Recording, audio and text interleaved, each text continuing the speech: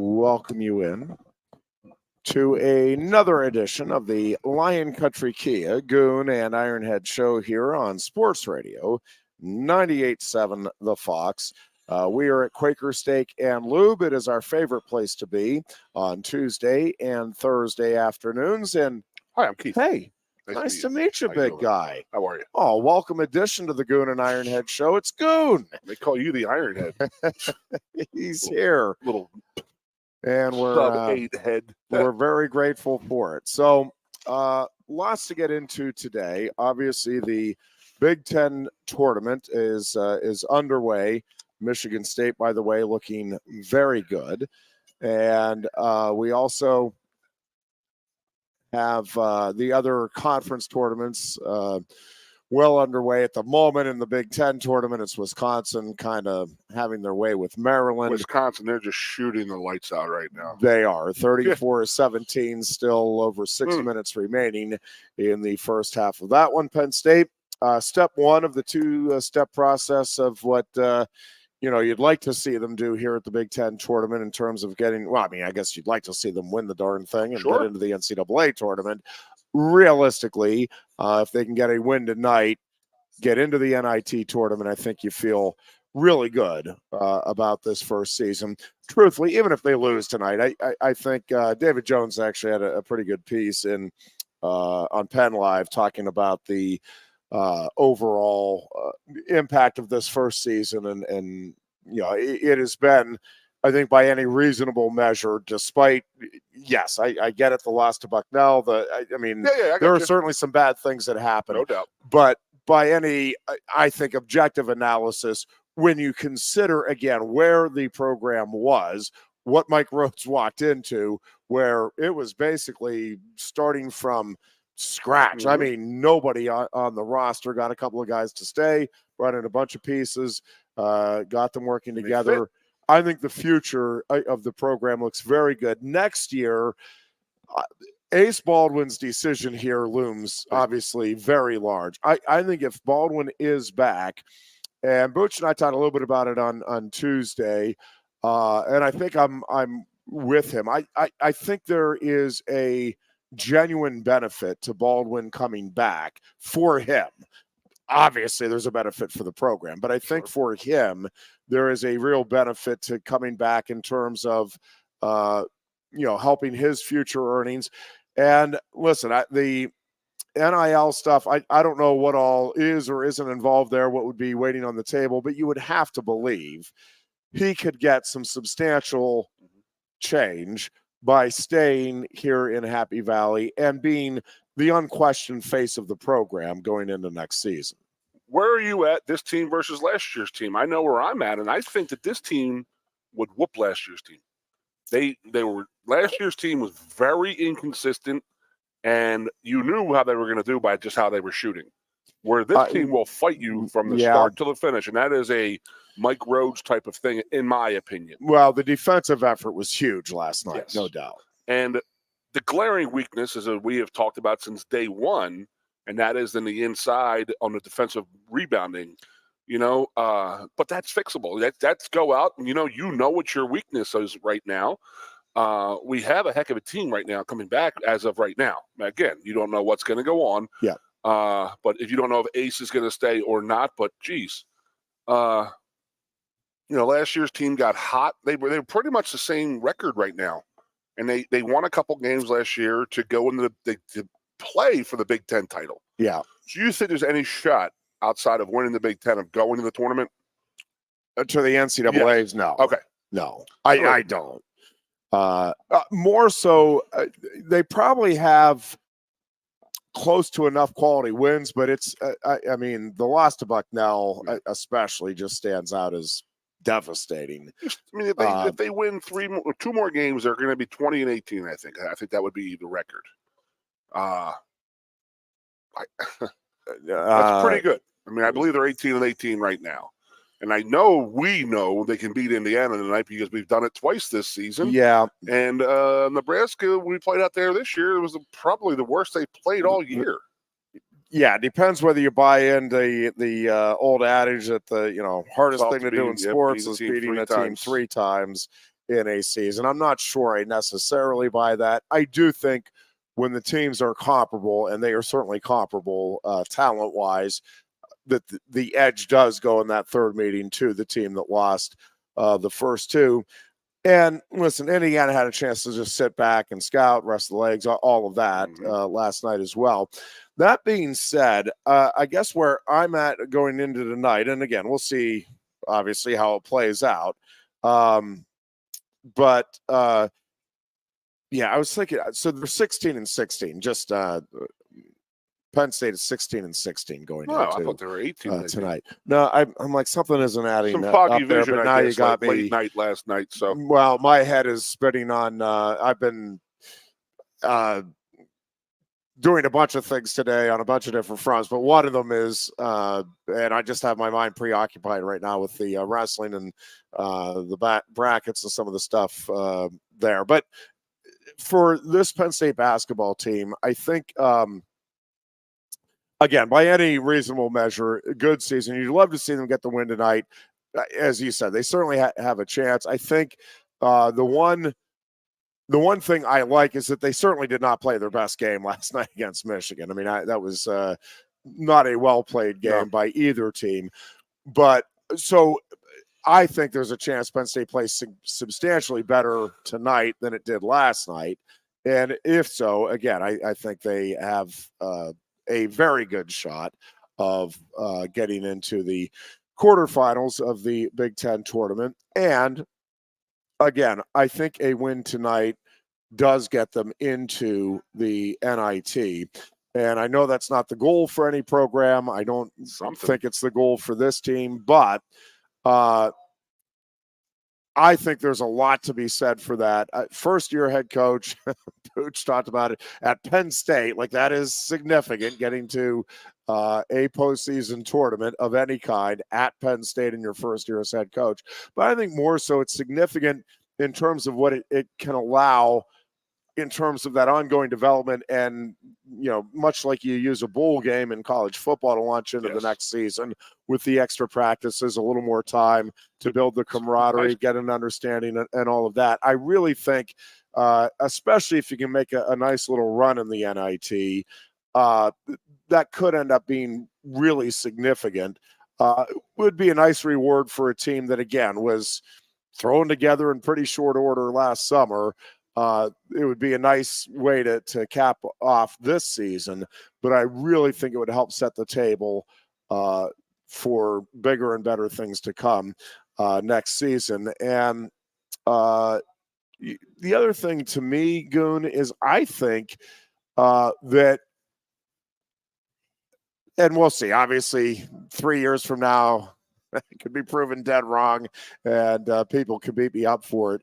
But and I don't think this is insignificant. I think this season will be the low point of the Mike Rhoades era, at least for the foreseeable future. Now, somewhere down the road, you know, if he stays here for 20 years, there may be a year in there where they fall off. But I mean, I think this will be the low point of the next 4 or 5 years anyway, under Mike Rhoades. And when the low point for this program, again, if I'm right about this, and again, this is just, I understand, a theory of mine right now, but if that does turn out to be the case, and I feel really good about that being the case, that is, I mean, there's not a Penn State basketball team in the world, a fan in the world that wouldn't sign up for that. Oh, the low point of a 5-year period is NIT and 500-ish record. Correct. Sign me up. I'm in. Yep. But I really do. I think I like the overall plan. I like the style of play. I think it's the right approach. And I think with the relative success of this season, and I know the NIL world is a whole different world and things can change in a hurry one way or the other, it just feels like they're establishing the right culture. Again, I think he knows what he wants to do. And I think with the staff he has assembled, like, they are positioned to, you know, not go win national titles, but I think be a real contending NCAA tournament team for the next several years. I'm 100% with you, and the happiest part about last night was possibly putting Juwan Howard out to pasture. That's what I'm a little happy about. Well, yeah, beating up on Michigan is always a bonus. It's just fun, and then having it be the worst basketball team in the history of Michigan basketball is even better. And can I throw in the for me? Okay. And it's nothing personal, as they say, but watching Notre Dame get trounced and finish off a substantially worse season than what Penn State had on the basketball front, that also feels pretty good if you're a Penn State fan. I liked Shrew when he was here, to be honest with you. I did too. Everybody did, but then the way he left and how he left when he was interviewing before the season was even over and then complaining about the NIL money, it's like, dude, you're already leaving. You know what I mean? So there's really no reason. Well, and I think and again, we're 1 year in. I'm not making any grand sweeping pronouncements on Micah Shrewsbury. I think he'll be fine at Notre Dame, and I think he'll do some very good things there. I do. But in the moment, in this first year, like I do think it's significant that here's Shrewsbury leaving Penn State for the greener pastures, I guess literally greener pastures of South Bend. And Mike Rhodes comes in, cleans up, the mess that is left behind. And again, by any standard, has a better season in his first year at Penn State than what Shrewsbury did at Notre Dame. And again, I'm not making any grand pronouncement. I think Shrewsbury is going to be fine. I think he will do good things at Notre Dame. But listen, I think Mike Rhodes is going to do really good things here at Penn State too. I really do. Yeah, I think Penn State is happy here. Yeah, clearly has. Well, I shouldn't say. I strongly believe Penn State has its coach of the long-term future. Not predict that. No, but it does feel just like a good fit, and I think both sides. It does feel like a good fit. It is a good fit. He likes it here. He loves it here. Players are playing for him. And I think fans are buying in. I think, again, I think this season, regardless of what had happened, you'd chalk up, all right, first year, you're getting your feet wet. I think that they had some of the wins that they did. They battled the way they did. And again, there's no question. There was some inconsistency. Again, you throw a team together in the middle of the summer, not exactly shocking that team doesn't go out and play consistently great basketball night in and night out. And lose your top scorer in January. And and listen, the other thing, I think when you look at the development, like Qudus Wahab has clearly a substantially better player right now than he was at the start of the season. And I think, pretty much across the board, you would say that. And now, they, as you said, they know, all right, now we need to get another big man in here. We need to do a better job in the rebounding front. But now you have that starting point. You have the foundation now laid, and now it's about, all right, getting the other pieces in, moving forward, making progress. And I just it feels now, and again, it's college athletics, and in this world of college athletics, Lord knows things can change very quickly, one way or the other. But it feels as we sit here today like this program is in really good shape heading into the second season of the Rhodes tenure next year. And again, hopefully this first year of the Rhodes tenure still has a ways to go. Penn State and Indiana, about a 9:00 tip-off tonight in Minneapolis. But something about point guards as head coaches. It truly is a thing. Yeah. I mean, you could say a quarterback in the NFL, but it's not really that. I mean, quarterbacks, yes, because they run the offense and this and that, but like a point guard, like Mike was in college, he ran the whole show, ran the whole program, and this and that, and he's still doing that. I mean, there's something about it. I mean, it's a big old benefit, man. He has that team, and then Ace is like that's Rhodes. I mean, he's much more athletic than Mike Rhodes. No offense, Rosie. I mean, I'm just saying. Mm-hmm. It is what it is. But yeah, I mean, he's a. I don't know. You get talk about the Phillies thing now. I mean, in Philly, a point guard from Philadelphia is a tougher person, or it's a weird thing growing up and watching a lot of those guys play. But I mean, Mike is a point guard, so his team will be point guard led. And it sure as heck is with Ace out there. He's playing great, has been all year. He really, remember, he got benched in December. Mm-hmm. Yeah. Mike benched him because it was like he was not performing the way that he knew that Ace Baldwin could play, and he wasn't performing. And I mean, that's there's a guy right there who took coaching. He didn't cry and say, "I'm leaving, I'm out of here. I don't have enough NIL money." I mean, he wasn't a cancer in the locker room. He took his, it was a message being sent by Mike to him for that team. Yeah. And they really all responded to it.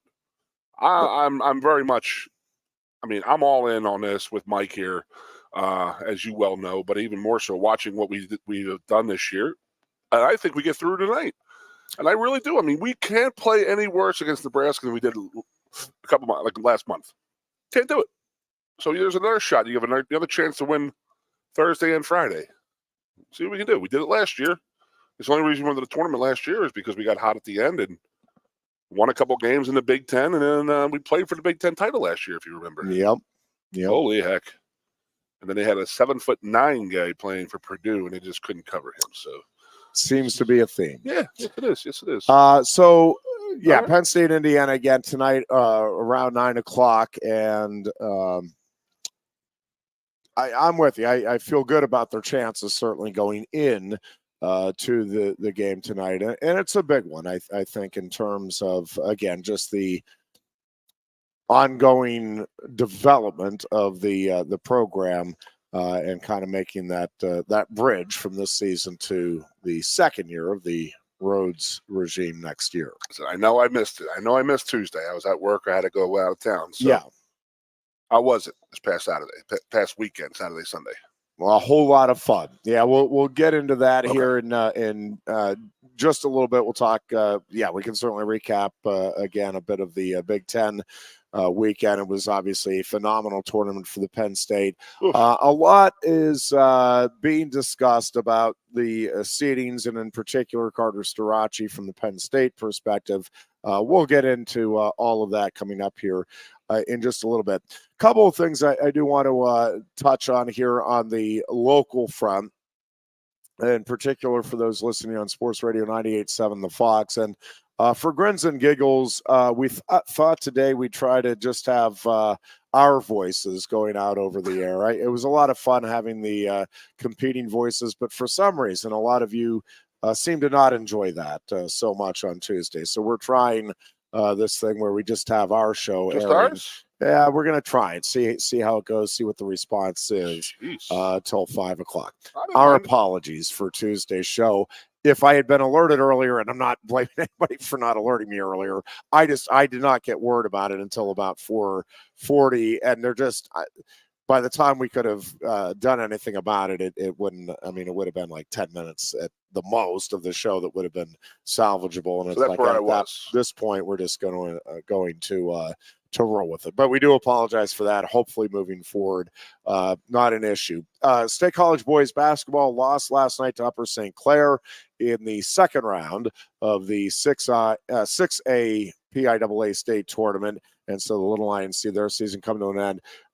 Great run. That is a team that really showed a lot of resolve, a lot of fortitude, and again, has a couple of really lasting memories, I think, coming down the stretch. The win over Erie McDowell was a good one, but the triple overtime win at home last Saturday is really, really special stuff. And again, cool for those seniors to be able to take with them moving forward. And congratulations to head coach Brian Shawley and his team for getting to the second round of the state tournament. Congratulations to Upper St. Clair. They move on to the state quarterfinals now, starting this weekend. Also, like baseball season. Well, right now. yes, Jeez. and today both the Penn State baseball and softball teams open up their home schedules, both with 5:30 starts.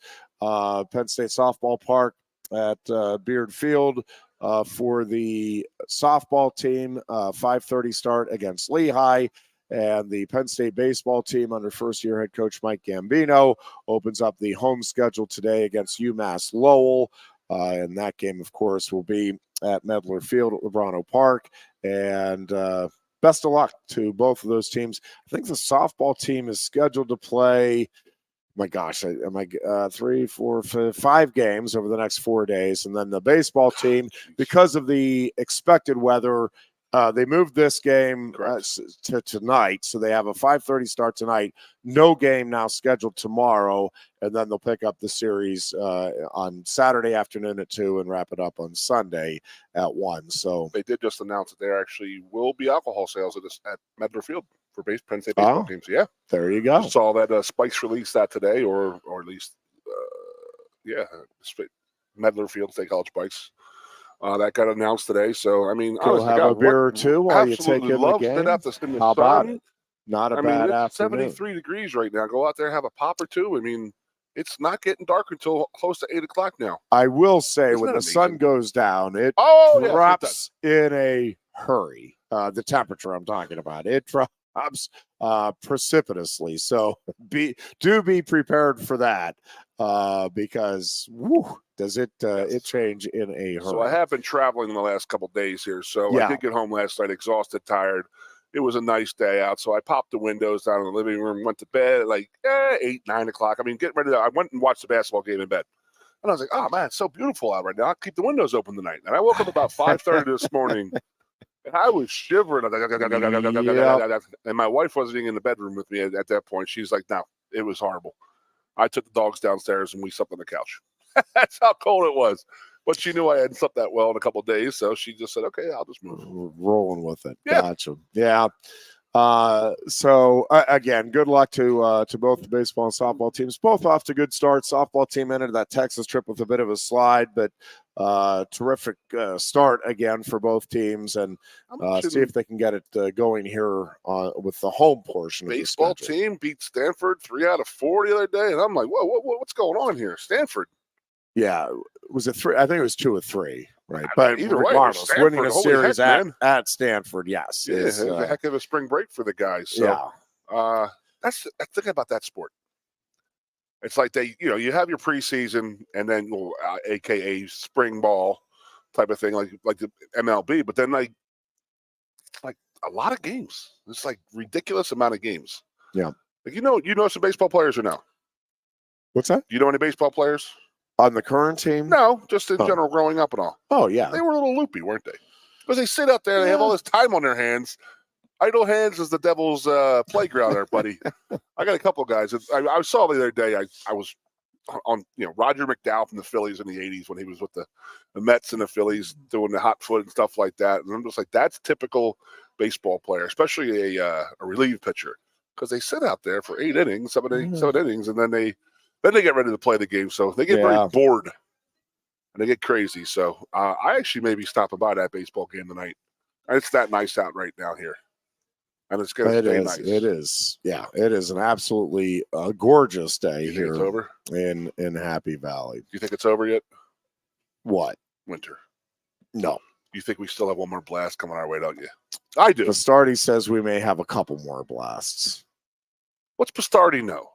Well, talking to you, Joe. So far, the groundhog is winning the battle, but Bastardi is convinced he's going to have a mess and brink like comeback. So we will. We're getting into it, right? Tuned. Holy heck, stay that was unbelievable.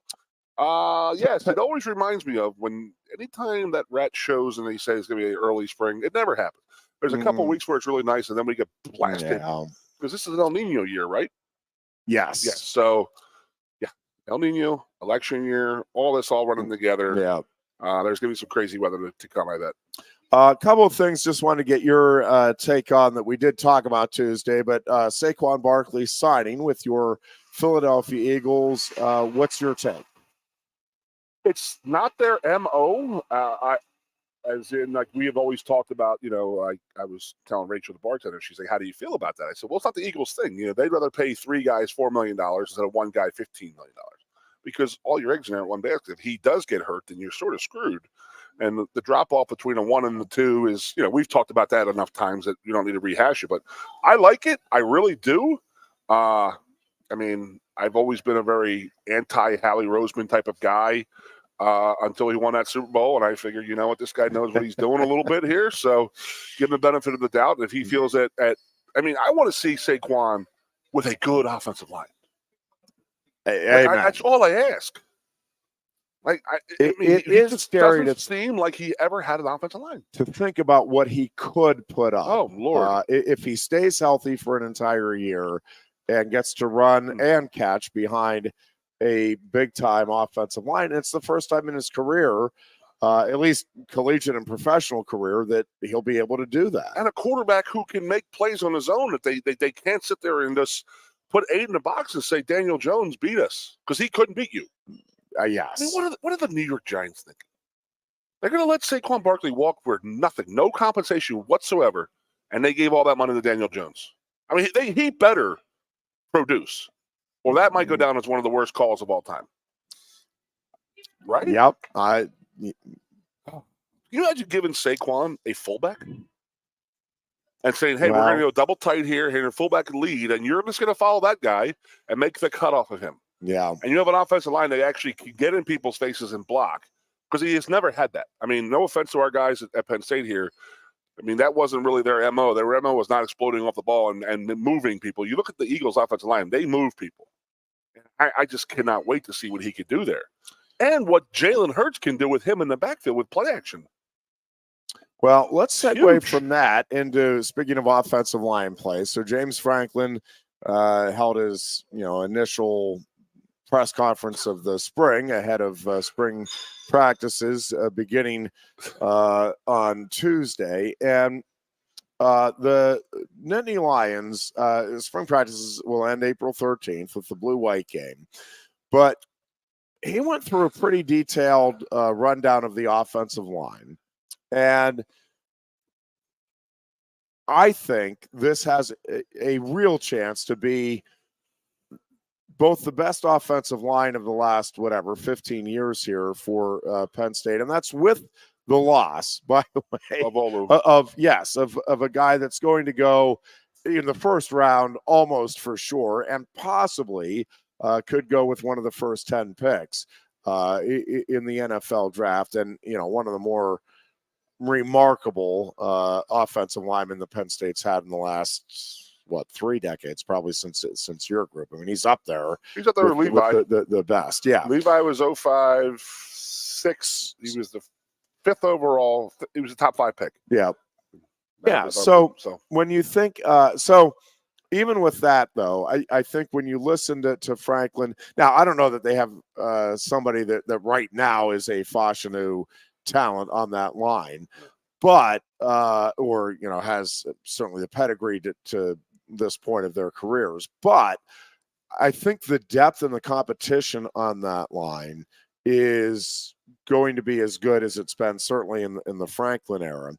And I think with the running backs returning, there's been a lot of talk about and rightfully so and understandably so, about the comments Franklin made about getting more consistency from Drew Aller. And that certainly has to happen. I think I said on Tuesday, I do think that's the most important component of the upcoming season, is Drew Aller taking that next step. Had a terrific season by any reasonable measure last year, but they need him to show up big in the big moments in the upcoming year. And he did not, and I'm not pinning that on him alone. So we're clear, right? The receivers, the schemes, everything. But Aller himself did not play as well in those big moments as he had the rest of the season. That's just a fact. Correct. And I do think that's the number one thing they need. But from an offensive standpoint, I think a close number 2 is getting more consistency from the running game. Again, the numbers were good last year, no question about it. But you did not get the explosive plays that you were used to getting the previous year, in particular from Singleton, but in the running game. I think that this upcoming year, you are going to see what I thought we were going to see last year, which is an offense that is high octane and can beat you a bunch of different ways.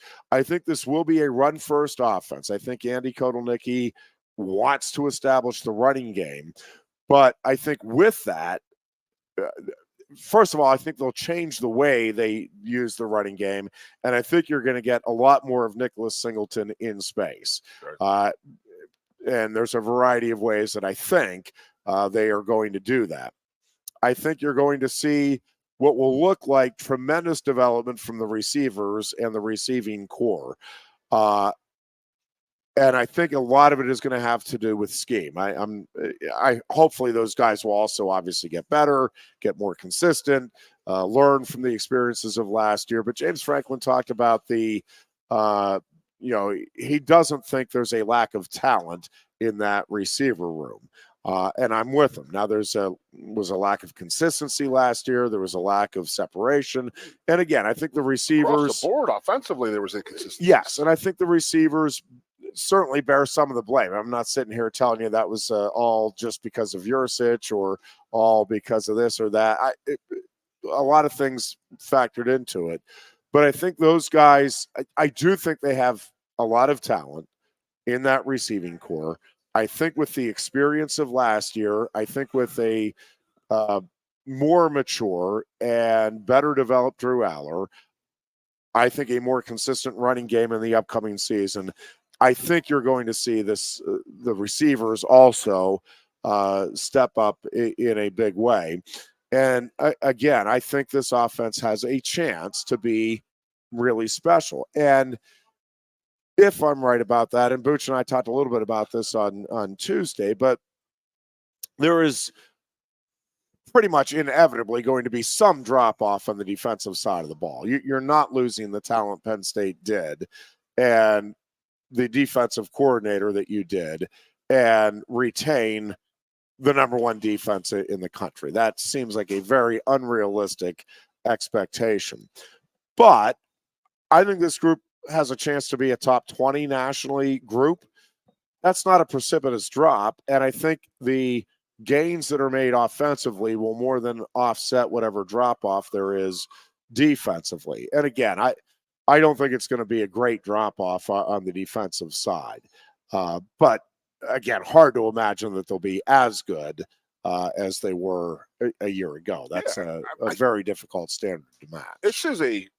It'll be a weird spring because we're getting two new offenses put in and a whole new, two new coordinators broken in. Yeah, two new, offense and defensively. I know that James said that both of our offensive tackles are out for the spring, which is odd to me and scares me because I'd like to get those guys some work. But I think that Shelton had already proven himself a little bit this year as a player. So yeah, I'm okay with that. But yeah.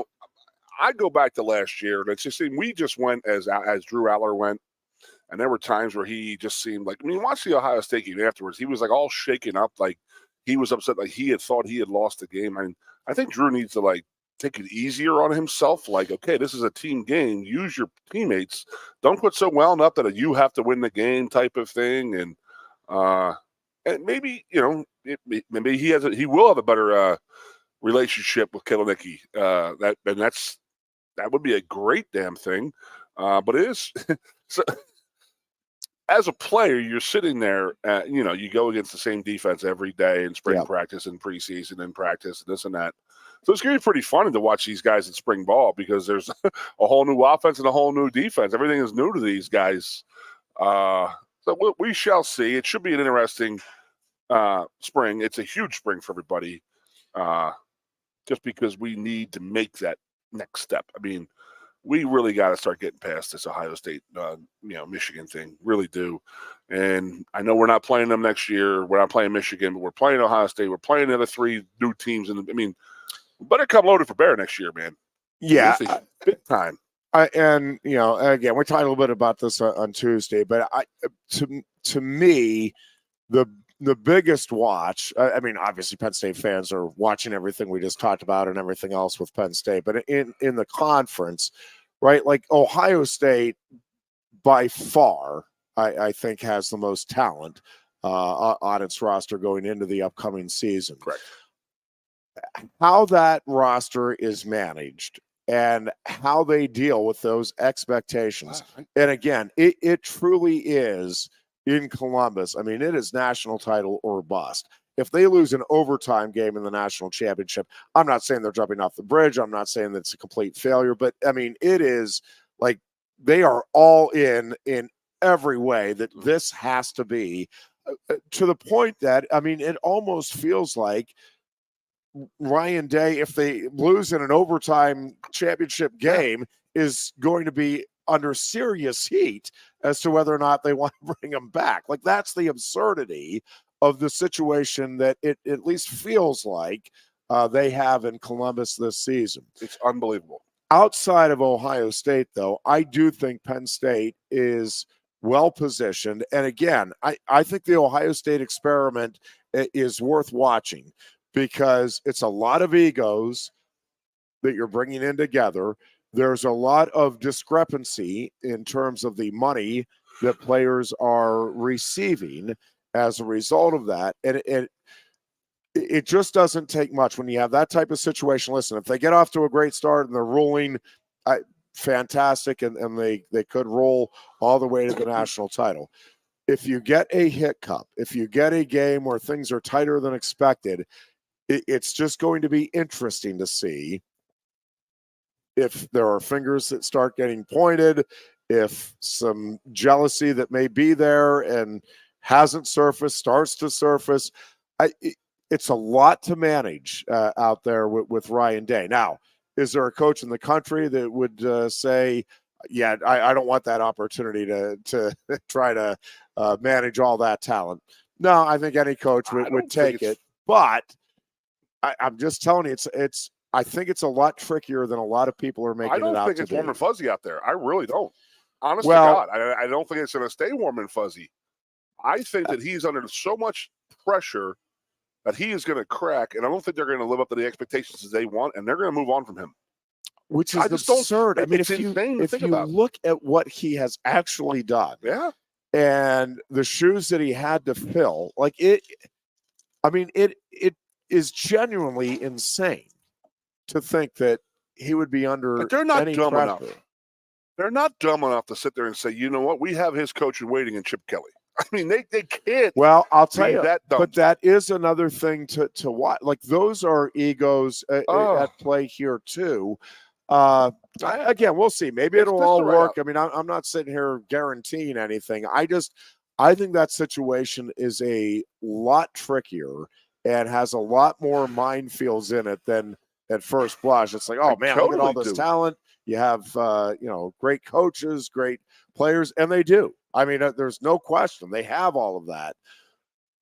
Does it all actually come together the way I think they are envisioning and the way the fans are demanding? I think that it be this season in Columbus. We'll see. Maybe it will.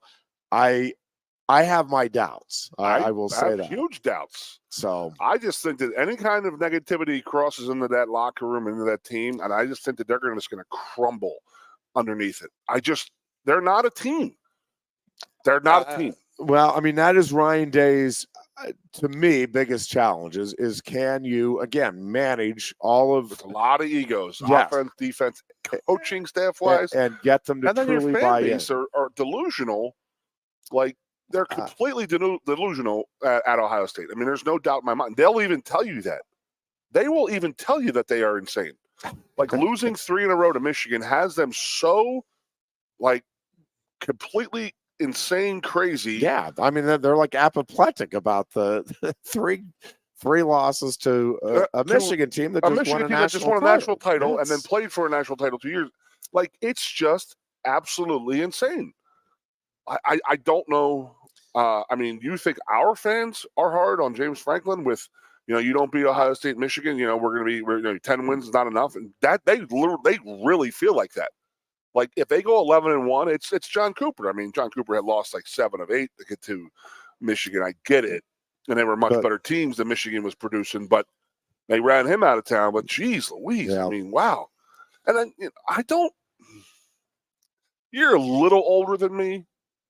And I know we weren't in the Big Ten, but I don't remember the 80s they were never really competitive, playing for titles. No one in the Big Ten was. You know what I mean? It's just so weird. Yeah.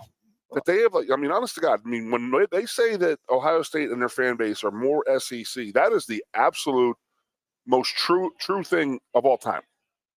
I mean, they truly are an SEC. They don't care about anything else but the damn Tad. They only worry about them Buckeyes, and it's crazy from top to bottom. It is a little odd. But again, you know, the first chink in that armor or the first like little leak in that dam, it's going to explode on them. That's how I feel it's going to happen. I really do. I mean, don't kid yourself. I mean, they lose an early game next year, and then you got I don't know which of the Big Ten teams are on the new Pac-12 teams they're playing. I mean, are they playing USC, UCLA, Washington, and Oregon? I mean, there's 4 new bit heavyweights on the block right now in the Big Ten. We got 3 of them. They probably have 2 of them.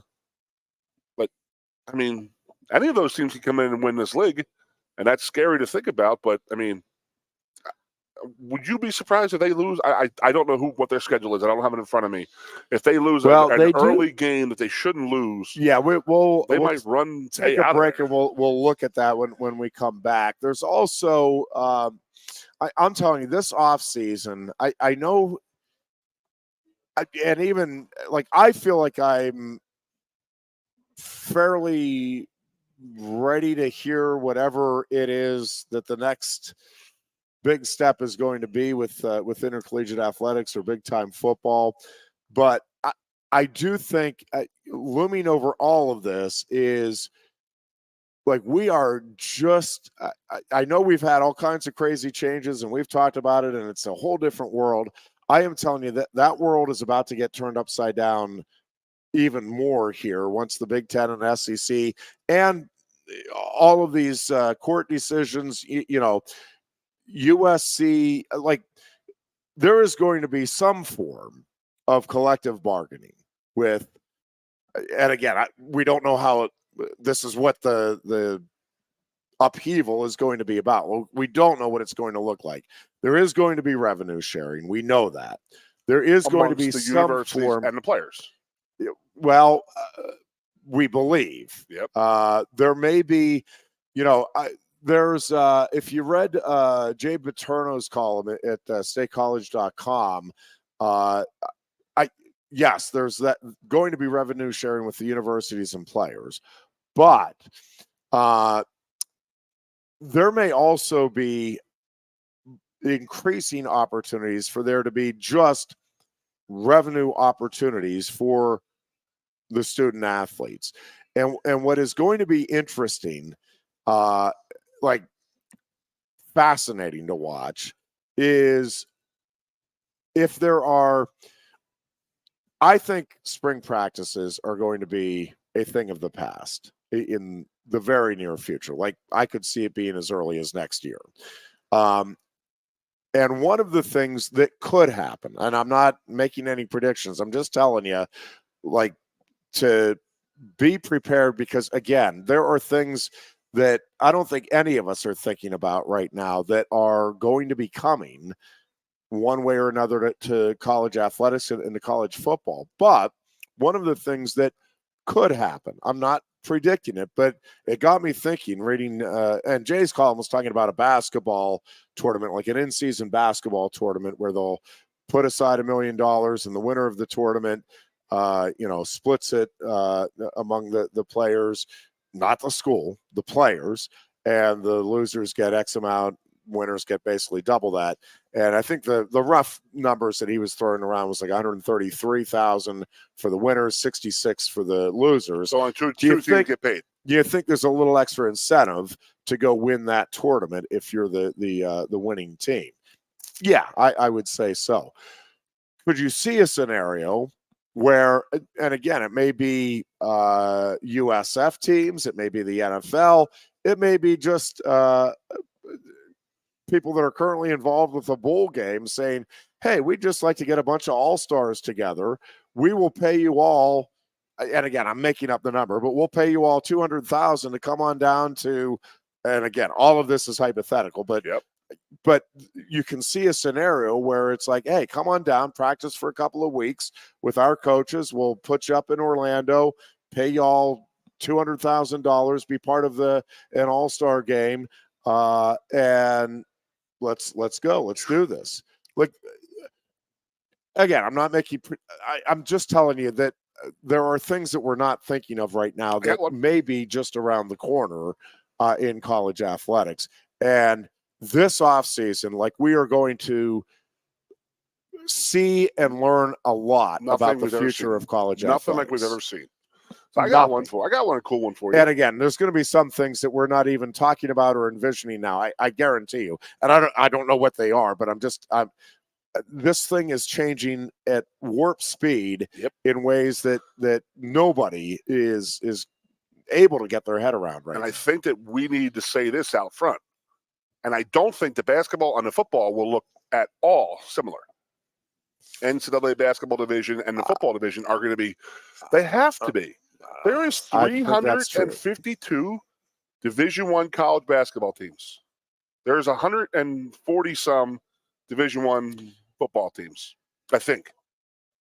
Okay, so the divisions are going to be completely different, the conferences. But you just said, like, think outside of the box. I got one for you. So we take this 80-team conference that we're talking, like, you know, and we're going to try to keep the Big 12, the ACC, the Big 10, and SEC. Okay, we're going to try and keep those. So, but then, like, that's not going to be similar to football. It's not going to be similar to basketball. You understand what I mean? Mm-hmm. It's going to be so bizarre. But I just had one. What about the other 70 teams playing in the spring?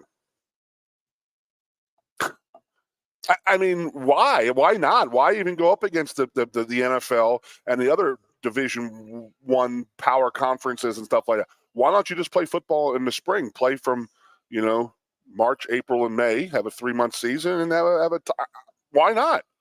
People will watch you. You will get TV deals out of that. You probably make more money than you would, you know, scrapping along in playing in the fall. I mean, what's stopping a football team from doing that? Because what made me think about that is you saying they might get rid of spring ball completely. You need spring ball, though. We still got to see that these kids are still 18 to 23-year-old. They still have to learn how to play the game. I will use myself as an example. I didn't play offense in high school. I played offense for like 4 or 5 games. I played center. So then when I came to Penn State, they gave me 35-second tryout at defensive tackle, and they said, hey, why don't you go visit the offensive line field? Why don't you go see Coach Anderson over there and play offensive line? And I was like, well, I was told I was going to play D-line. And looked at me and says, go play offensive line. So I was like, okay. That was my welcome to Penn State moment there. I spent a half of practice at D-tackle. So, but I didn't know how to play offensive line. I literally had to learn from the start. I mean, I remember getting down in a stance, and I played high school football. We were always in 4-point stances.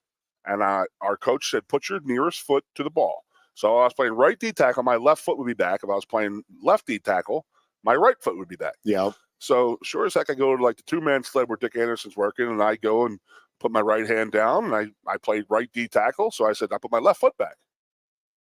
And he's like, get in your stance. And I'm like, I'm in my stance. And he's like, you're completely – I mean, if you think about it, my left foot is back and my right hand is out. He could have just done that, and I would have fallen over.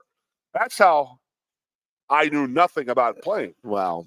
Yeah. And if I didn't have spring practice to practice, learn it at a higher level, I mean, you're not going to get that during this season. It's just not happening. Like I talked to Booch the other day about, you know, the NFL, the NFL Europe and stuff. I mean, there's a guy like my old roommate, Marco Rivera, college football, you know, he was a 6th-round pick. Didn't have we were good players in college and stuff like that. We all got drafted, and he was the year 2000s offensive guard in the NFL. He was the all-decade team in the 2000s. That's pretty damn good. Very good. So he gets drafted by the Packers. He doesn't, you know, he goes through camp. He doesn't dress for one game, 16 games. They win a Super Bowl. He doesn't dress for one game. But they still had him on the not ineligible, just, the not dress list on Sunday. So he went to Scotland for that World League of American Football. And he learned and went against guys, and he learned how to play and this and that. And he went to camp the next year at the Packers. The way the NFL is being run right now, you're not getting these guys the kind of reps that they need to get better. You know, and that's where I'm at with, like, we sort of need that spring football practicing because our guys, you do need that practice time live Because again, remember, there's no games in the spring other than your spring game. If you miss it because you're hurt, you got 6 more months to recover. So they really don't care. So they're going to see what they can get out of you. I just don't think that spring ball is going to. What did Jay say? He think it's going to go away because of the pay? No. No, this is just a lot of speculation that spring that'll be negotiated out of college football. No, Jay's column was more on the revolution that is there's nothing we're going to see that is just starting. And his point We've was, never seen this, and I think he's right that like right now we're kind of at like the Boston Tea Party stage. Like the shots aren't actually. We have maybe the first salvo or two, but like the actual revolution is we're about to see it. Like this isn't it. And I think there's a lot of people that think we've seen the revolution and man, it's just changed. And it's like, nope, this truly is just the beginning of what is going to be a complete upheaval. Only thing I can compare it to is 1990, 1991 when we joined the Big Ten.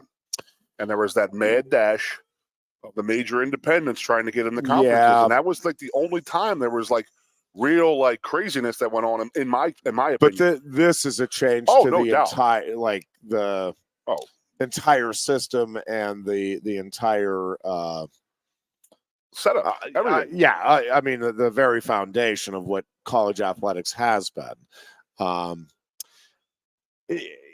And again, it's hard to. I know there are people projecting all kinds of things. I just don't know. Until you know what this landscape actually looks like, listen, we are a sports addicted society. We love our college athletics. Now, am I saying that there's nothing that can be done that would change that love affair and that I'm guaranteeing great ratings and the revenue streams are going to continue forever? No, but I think until we see how this all settles out, it's a little premature to be. I've seen some predictions that, well, this is, fans are going to turn their back. They're not going to pay the money. Listen, we've been hearing it, and I think I've said it a few times. It's like, oh, Penn State, I think you're going to regret, the $10 parking for all sports. Well, the attendance has been good for all of the sports teams. The raising of the ticket prices. Yes, at some point there, no question. There is going to be a point at which, okay, you know what, you went a step too far.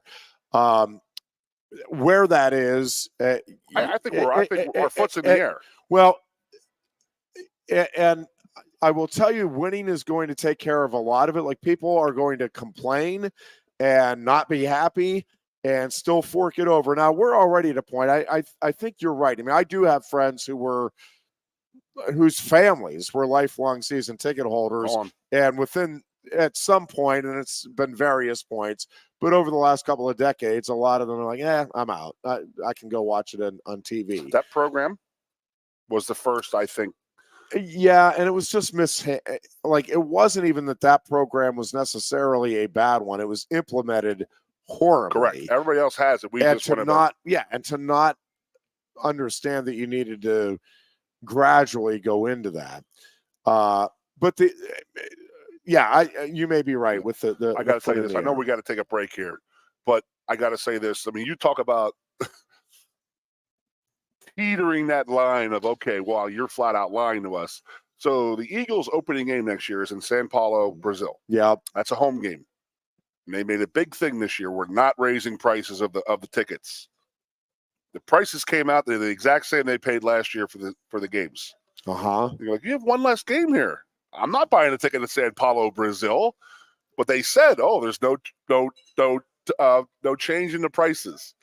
So there wasn't. So say it was $2,000 for your season ticket. They're charging $2,000 again this year, but it's actually one less home game. So did they raise prices? Prices did not go up, but did they raise it? So I know we got to get no, that's some people get mad, but I think that people are getting very upset right now, and that is okay. They don't mind doing the little ticky tack thing, paying for parking, paying for tickets, paying for the line dues, and this and that. But then I know where we're at right now with the whole NIL thing, and this is fan driven.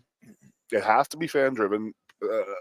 Right now. Yes, right now. Yeah. And that's where I think a lot of people are having their like, okay, enough is enough. That's my personal opinion. Yeah, I think there's probably a lot of truth to that. I think, well, it's one of the many components that I think are going to be fascinating to watch. Is it? It makes our job easier over the course of the coming years, but especially again, a lot of this stuff I think is going to be resolved to whatever degree it can be resolved in now when this coalition led by the Big Ten and the SEC kind of figures out, all right, this is at least what we're envisioning and what we're going to try to implement. The issue, well, there's a bunch of issues. One of the issues is going to be, I think the Big Ten and the SEC are going to come up with a proposal that they, for revenue sharing across the board. And again, this is going to be fascinating in and of itself to me to see what they come up with, because even those two entities are very different. Again, the Big Ten has several of its universities that have plus, 30, yep. 30 plus in at least 3 cases, athletic programs, varsity programs that they're supporting. And the SEC has, in some cases, 16-ish, 16 to 14 to 18. Go ahead. The 4 Pac-12's coming in. What are they rocking? Sorry. I don't know the exact numbers with the 4 that they have coming in. I think Oregon has a pretty broad base, but not as I don't think any of them are in the Michigan, Ohio State, Penn State territory of 30 plus. Okay. That's actually a good question. I'll look that up. I think USC and UCLA are smaller, more SEC comparable. Consolidated. I think Washington and Oregon are a little more broad-based, but again, I don't think broad-based to the degree that, again, like Michigan, Gotcha. Ohio State, or Penn State are. Sorry to cut I'll look that up. No, that's worth checking into. But so when it comes to this revenue sharing, and again, with the unionization now at Harvard and the discussions at Dartmouth and all of the stuff going on at USC, my question is, well, one of my many, many questions is, do the Big Ten and the SEC and the other folks involved come to the conclusion that, listen, we're going to pay football players, and again, I'm just completely making up the numbers, but we're going to play football players across the board $100,000.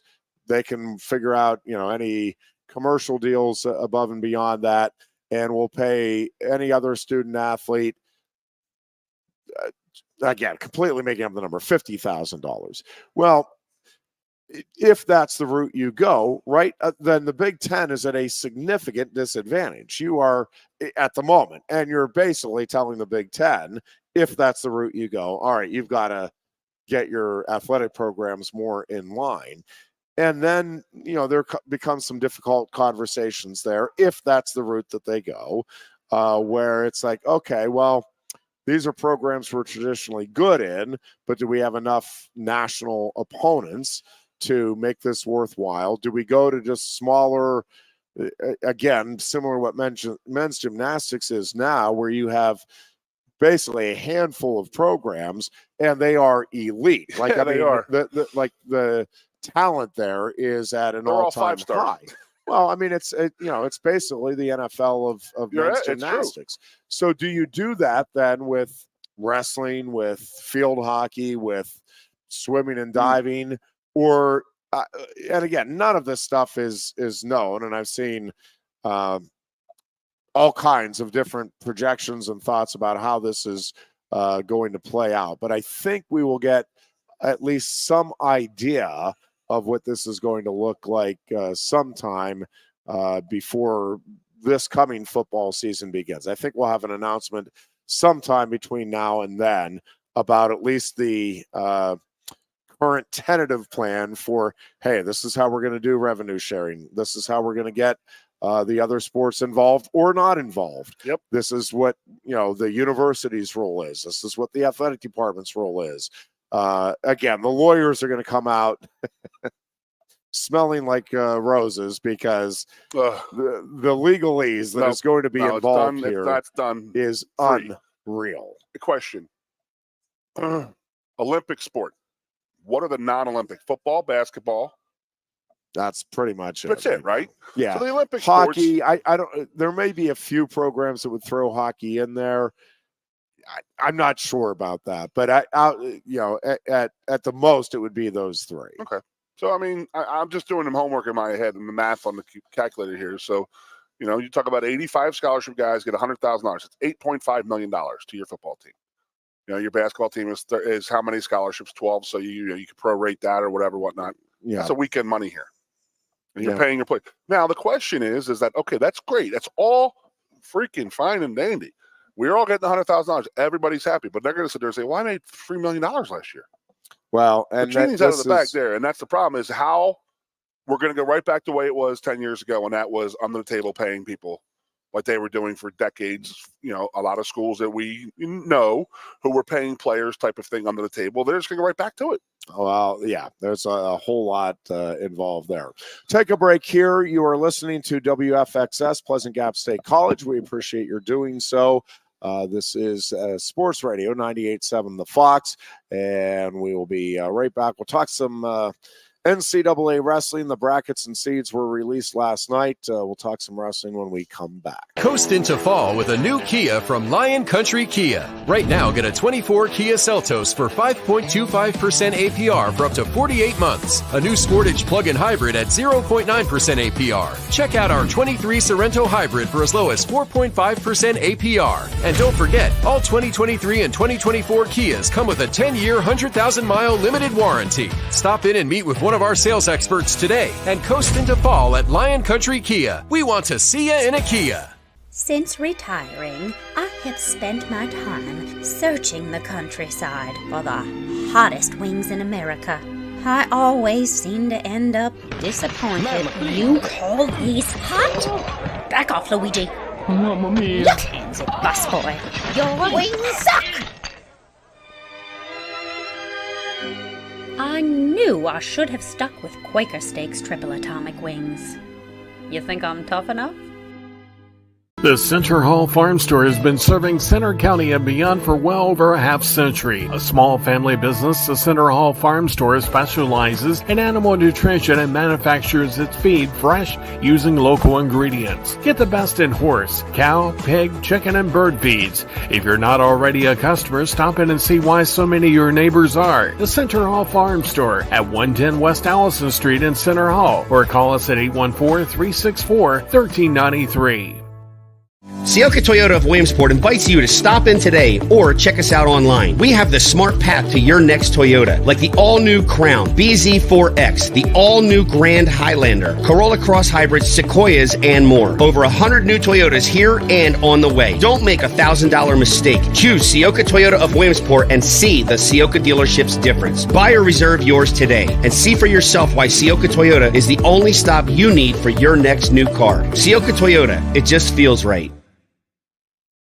Ready to be part of something bigger? Come pave the road to success at Glen Baker and discover a career where your hard work and determination can build a bigger, better future. Our team believes we can build a stronger future together. Join us at Glen Baker, where we value teamwork on the field and on the job. Go to GOHcareers.com to apply. GOHcareers.com. And best of luck to all the Center County sports teams all season long from everyone at Glen Baker. With a Timber Kids savings account, you can start to save money, earn prizes, and teach your kids the value of savings.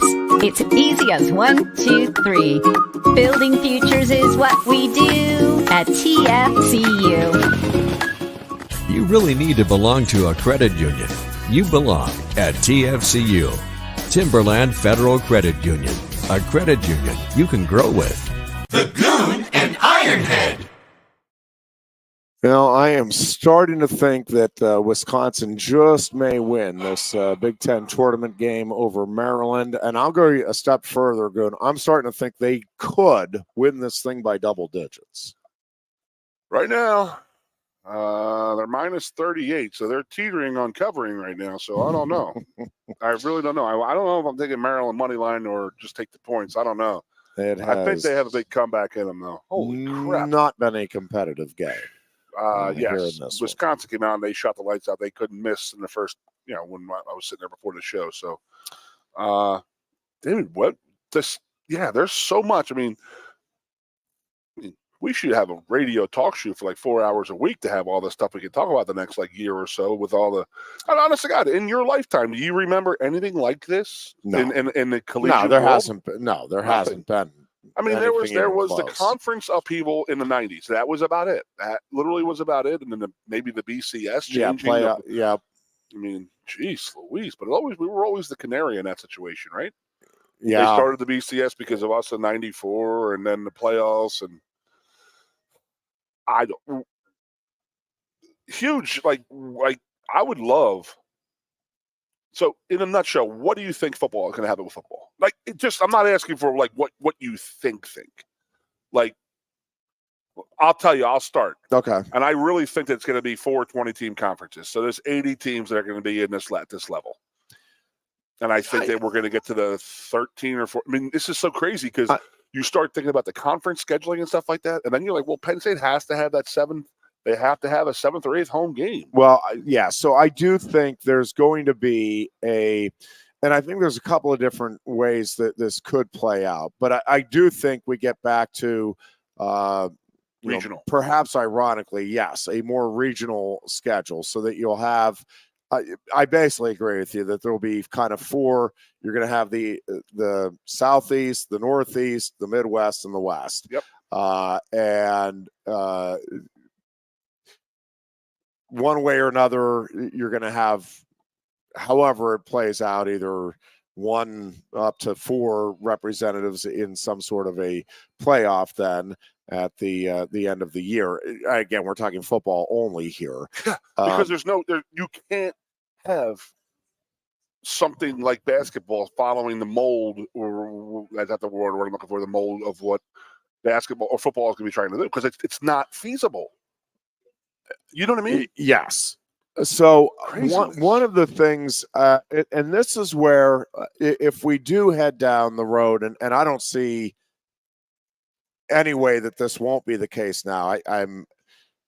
I can't envision the scenario where collective bargaining with the student athletes is not part of the equation. Do me a favor. Give me the nuts and bolts of collective bargaining. Well, so the student athletes will be unionized. Now, okay. There's a few different things in play there that I think make this both very interesting and very tricky for all involved. So, like the NFL obviously has collective bargaining. And the players come to an agreement with the owners. Players Association. Okay. Correct. And they come to an agreement, and it's usually, a many multi-year deal that, hey, for hence the strikes if they don't come yes, yes, but you can designate, among the things they designate are what, first-year players can be paid, what players can opt into regarding their contracts after the initial contract is up. There's a lot of things negotiated. Number of practices with contact, number of games, scholarship limits played. No, I'm talking about in the NFL. Oh. So all of that stuff is collectively bargained right now. When you get to the collegiate level, one of the tricky things is going to be, is there a collective bargaining? Well, there's several components to this. Mm-hmm.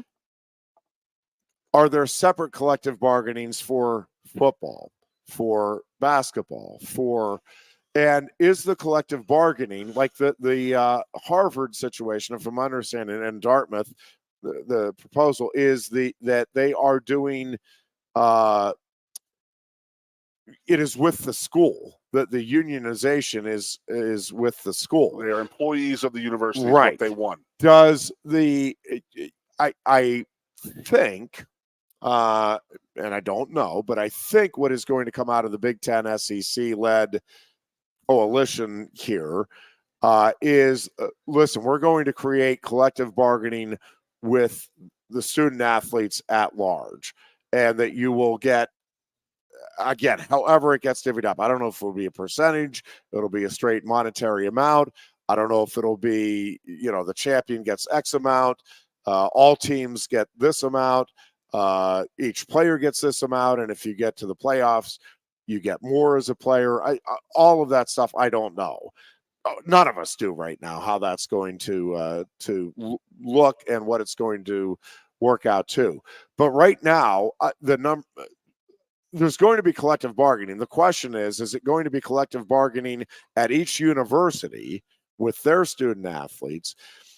Which I got to tell you, if that ends up being the case, and I don't think it will because of the chaos that would ensue, because then, again, the universities are going to want to lock into probably at least 5-year deals. Like, you don't want to be doing this on an annual basis. Agreed. But the problem is going to be, right, if you lock into a 5-year deal, and again, completely making up the numbers, but it's all right, we're paying our players $100,000 a year for the next 5 years, and whatever else is negotiated, you'll get this percentage of the merchandise sales, this percentage of the whatever else is involved.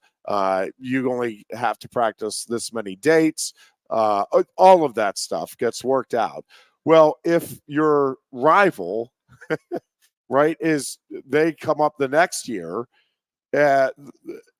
right, their school is likely going to say, hey, as part of our collective bargaining, we'll pay each of our student athletes $110,000.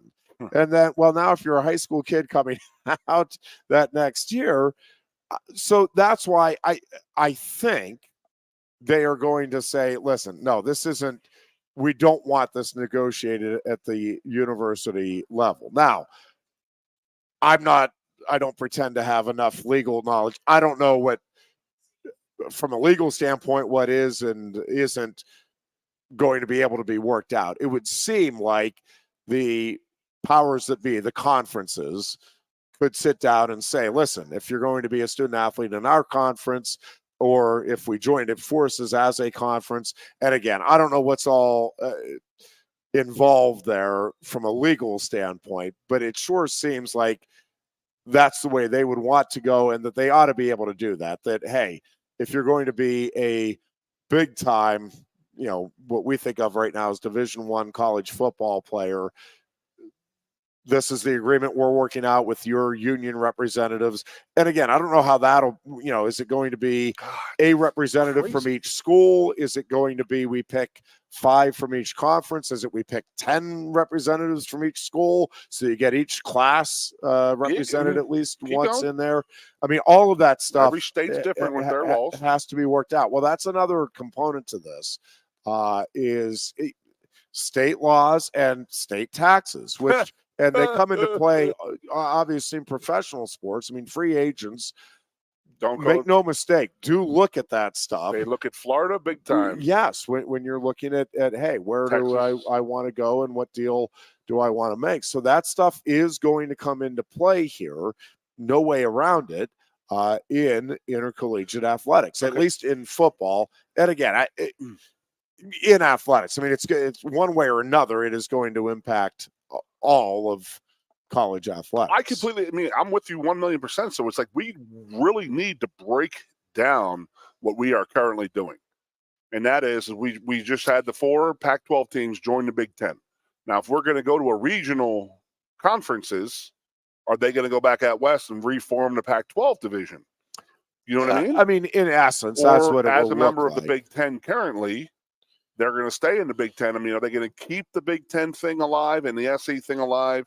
Is Indiana, Purdue, Northwestern, Illinois, are they going to want to play Maryland, Rutgers? Are they going to dip their foot in that water and become a professional team, in my opinion. Do they drop out of the conference? It's like everything we know of conference-wise, we want to keep them. Yes, that's fine. But we just picked up 4 West Coast teams. Yeah. And then we're talking about a regional conferences. Are they going to go back out there? I mean, this is, besides the collective bargaining and all that stuff, I mean, geez. Do they keep, what the Big Ten and the SEC has are those names. That is their biggest bargaining chip. Yeah. Is, hey, we're the Big Ten and we're the SEC. We're going to make the rules. And if we go to regional stuff, do we sort of lose that? I mean, I don't think the Big Ten and the SEC are going to give that power up. I really don't. I mean, they are holding all the chips right now.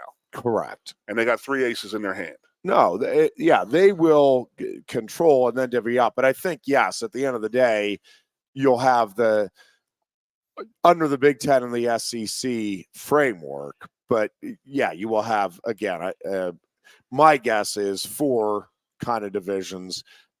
Conceivably, they could go to 8. But my guess is they'll try to make it more 4. But if they wanted to divvy it up more, part of it is going to depend on how many schools decide, yep, we want to be part of this new professional big time athletics, and how many say, we're good. We're a Big Ten member, is Rutgers going to say, you know what, we don't want to be part of this, and then you're going to lose that. I don't. And then you add, we could sit here until Monday night, talk nonstop about this and all these different scenarios that are possible. Could you imagine trying to figure this out and get a game plan going?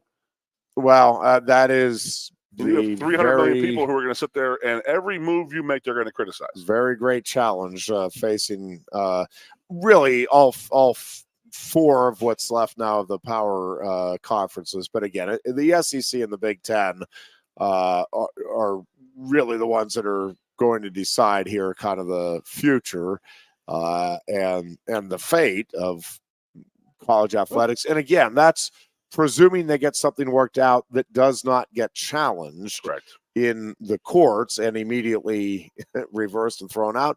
And I think that's, that is part of what they are wanting to do is again, get out to whatever degree you can get out in front of it at this point. It's so crazy and to think about. Create something that is amenable to the student athletes and to their families, and that from a legal standpoint can hold up and work for at least the foreseeable future. And any more, foreseeable future is kind of like a 5-year period. Can we get through a 5-year window without, substantial more upheaval? What if the Big Ten and the SEC come out and say, hey, it's invite only? I'm just going to say Rutgers in general. You're not invited. Imagine that lawsuit. We took less money to join your conference. We were like the little stepchild for a couple of years there. We haven't gotten full membership until this. Now we're a full member. Now you're telling us we have to leave? Yeah. I mean, think about that. Yeah. No, it's insane to even start comprehending. So I don't think that the SEC and the Big Ten I don't think they can break those names up. I really don't. I don't know. It's just, again, I'm telling you, you can sit here for 48 days probably in a row and just nonstop talk about it, have people coming in here and talking about it, and then say, oh, well, I like this scenario. But then somebody's going to say, well, what about this? And you're like, oh, man, there you go. Right back to square zero. See, I'm with you. I'm all about, if a college kid, 18 to 22 years old, can't live on $100,000 is not enough money, then come on, man. Come on. Well, it's not a matter of whether it's enough money. Because again, you could say the same thing to any professional athlete. It's like, well, come on, you can live on $2 million a year. It's like, well, yeah, but the market right now is paying me $20 million. Why in the world would I take $2 million? And because I still want to keep the pageantry of college football alive. You know what I mean? That's just me personally. I understand that, but I'm saying, like, I don't think that's going to hold up. I mean, it's a nice sentiment and it's a nice thought. I just don't think the courts are going to say, oh yeah, emotionally, let's tug at our heartstrings and let's do it just for good old college's sake. They're going to look at it and say, no, you got to, like, It's fair. It's open market.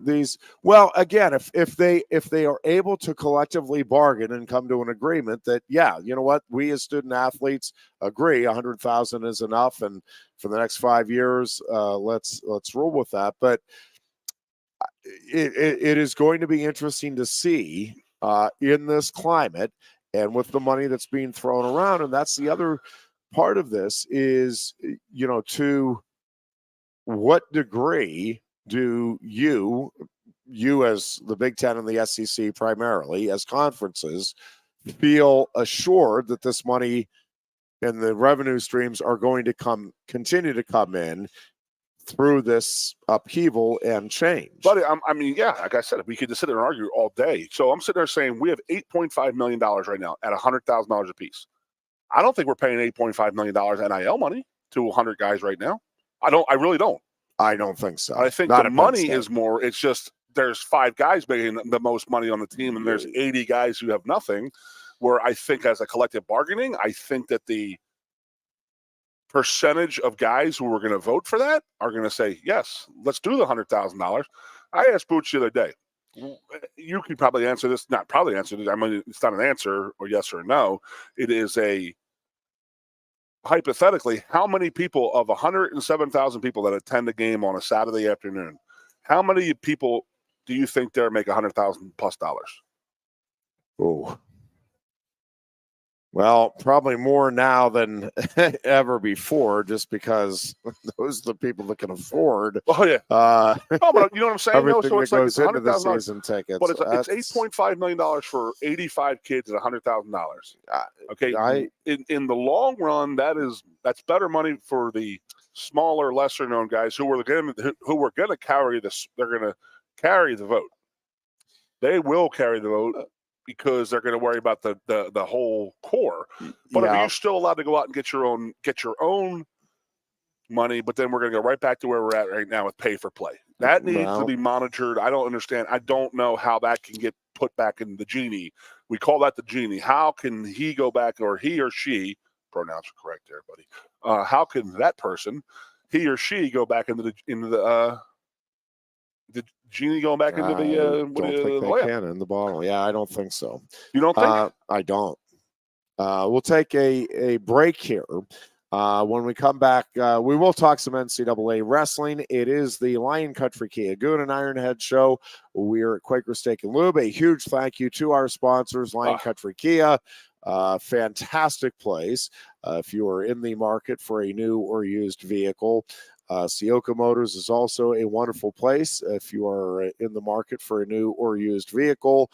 A huge thank you to Quaker Steak and Lube, of course, our home from the onset here of the Lion Country Kia Goon and Ironhead show. Great food, and we are coming into that time of the year where this is the place to be because you can watch all of the basketball action, watch all of the wrestling action, watch all of the NHL, NBA action, all of it to your heart's content while you enjoy great food, great beverages, great service, all available here at Quaker Steak and Lube. And our newest sponsor, Timberland Federal Credit Union, a huge thank you to those folks for jumping on board as well.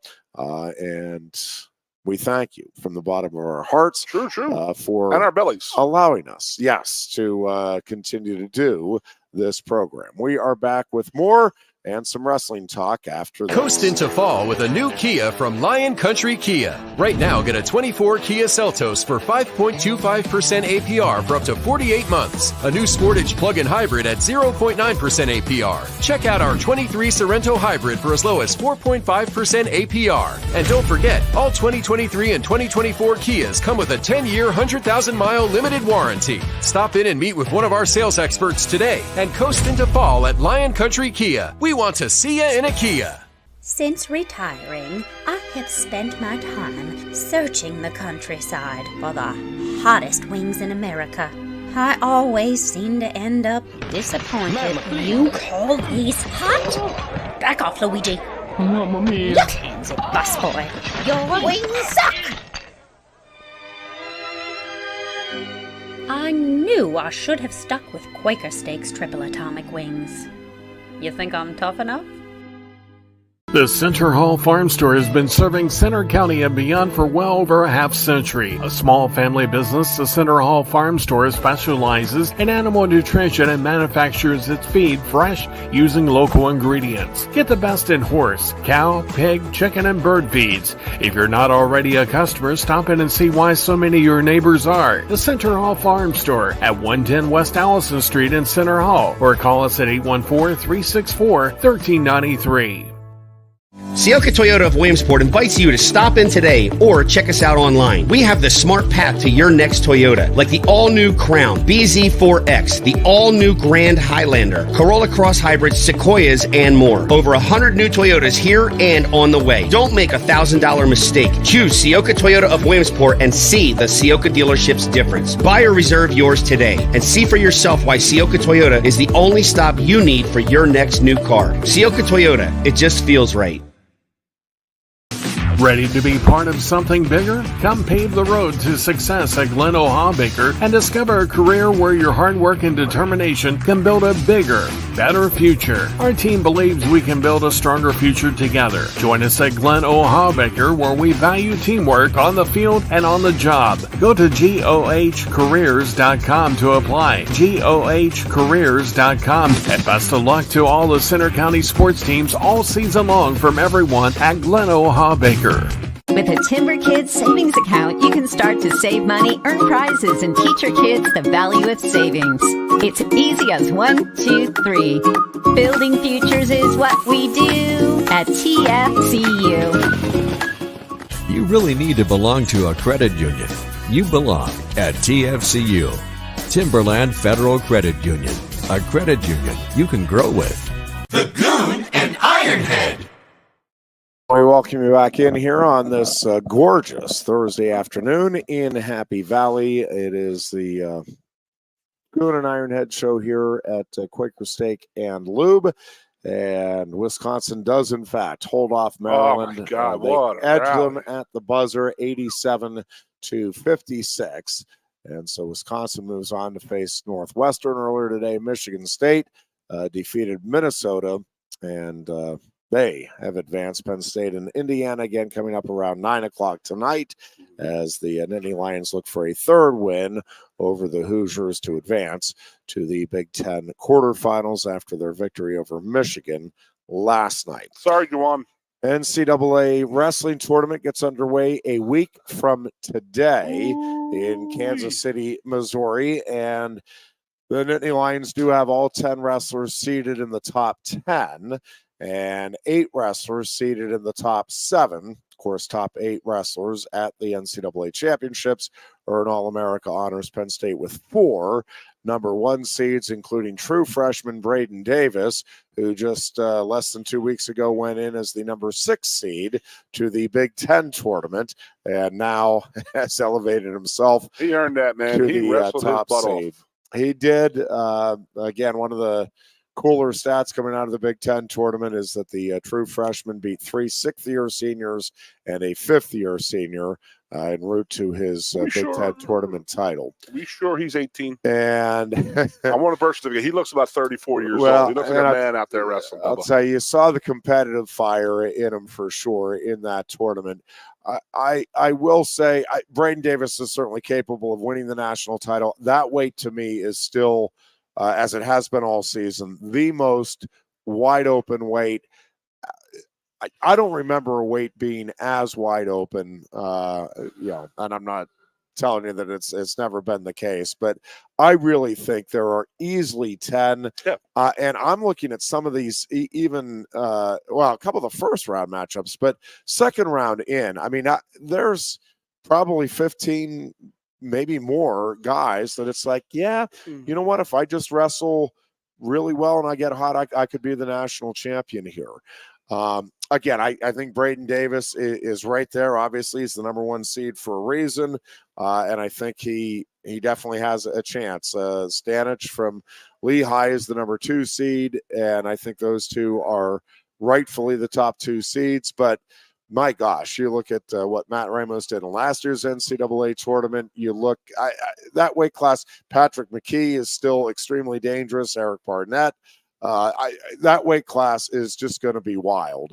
and fun to watch. And I don't think there's going to be a lot of matches, certainly from the second round in, that are going to be decided by more than 3 points in that weight class. There's not a lot of separation there between those top guys. And top guys, I'm talking about like the top half, top 16 in the bracket, and maybe even beyond that. So that one should be a whole lot of fun. The other top seeds for Penn State, of course, Levi Haynes at 157. 157 is probably as deep a field as there is in the tournament. I think 165 is the best in terms of the firepower at the top end, like the top 6 or 7. 157 probably has as many elite or knocking on the door of elite wrestlers as any weight class. But you start going through, like 174 is loaded and has been all season. But top seeds for Penn State again, along with Haynes and Davis, Aaron Brooks at 197 and Greg Kirkfleet at heavyweight. The 2 seeds for Penn State, Mitchell Messenbrink does get a 2 seed at 165. I do think that's significant, and I think if you're a Penn State fan, you were hoping to get a 2 or a 3 seed just to stay opposite of O'Toole until the finals. And again, I'm not saying there's any guarantee that either of them get to the finals, but I certainly like Messenbrink's path, not having to wrestle O'Toole better than I do if he had to face O'Toole on the way to the finals. And then the other 2 seed for Penn State, of course, is Bo Bartlett at 141 with Jesse Mendez, who handed him his first loss of the season in the Big Ten finals from Ohio State, as the 1 seed now at 141 this season. And then you have Bernie Truax as a 6 seed for the Nittany Lions at 184. You have Tyler Kasak as a 7 seed at 149. And then you have Carter Starachi as the number 9 seed at 174. And there's a lot of discussion about that. With the rules that were in place this year, I mean, it is absolutely the right thing. Like it's they have largely taken out the human element. It is pretty much coach's rank, RPI, and then, there's a few things that come into play. But Starachi didn't have enough bouts. He went 12-0 in the regular season, and then with the 2 bouts, that officially go on the record but weren't really contested at the Big Ten tournament with the 2 injury defaults. Correct.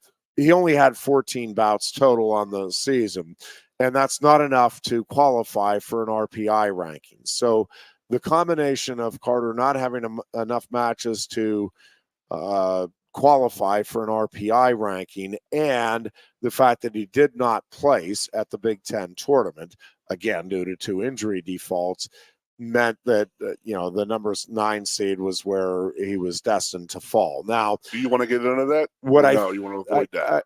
What I think they will do moving forward is adjust to where, hey, we can't have a conversation about guys in these circumstances when the resume looks like Carter Starachi's does. Again, you had a wrestler who was undefeated, longest winning streak in the country before the injury in the last dual meet, 3-time NCAA champion, right? I mean, to somebody outside, not knowing anything about the sport, it's like, well, why does this guy who, hasn't lost a contested bout in 3 years, why would he be a 9 seed? That seems crazy.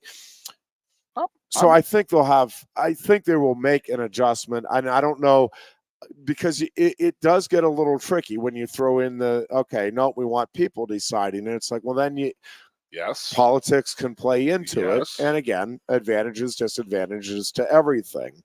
But I think anybody looking at this bracket, I think reasonably would conclude that Carter Starachi should be either a 2 or a 3 seed, even with the 2 losses. And I'm okay with the injury defaults counting as losses on the record. I think that's right.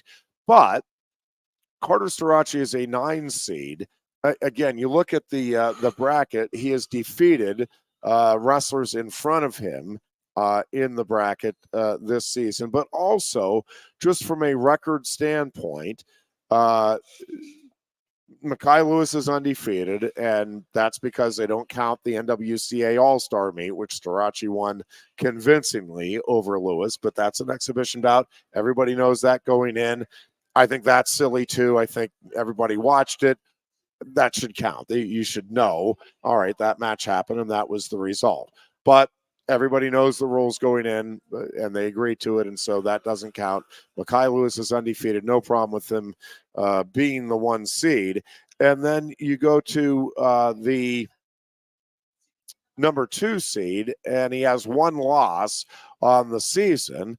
And it's like, well, and did not wrestle Starace. So it's like, well, I mean, you can make the argument. Like, it's not unreasonable that guy be ranked ahead of Starace, given the injury situation that Starace had at the end of the season. Like, I don't think that's crazy or unreasonable. You could make the argument, and I would make the argument, that Starace should be the 2 seed. But, okay, Cade DeVos of South Dakota State, 23-1.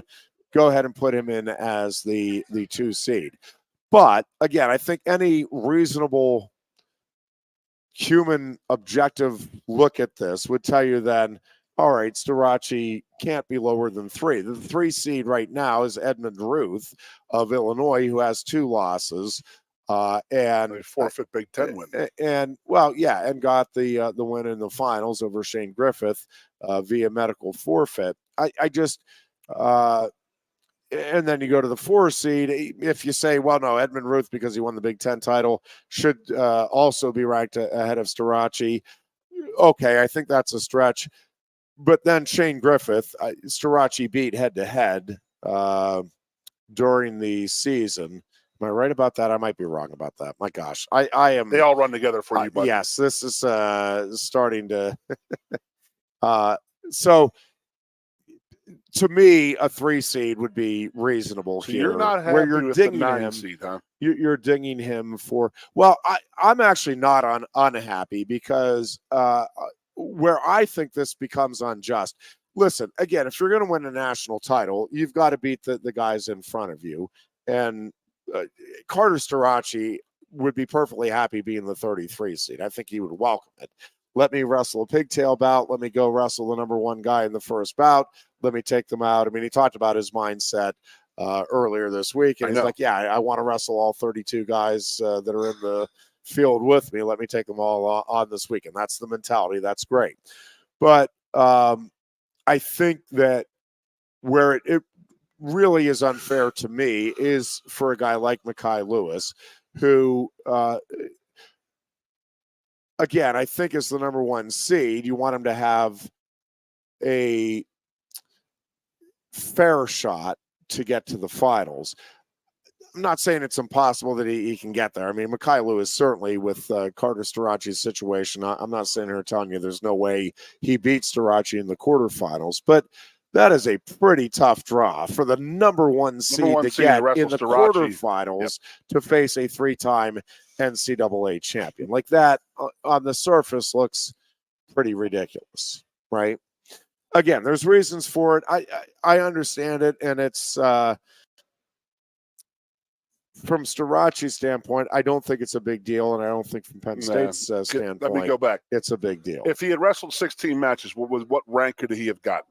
And that would just be like, that is a good question. Top ranks?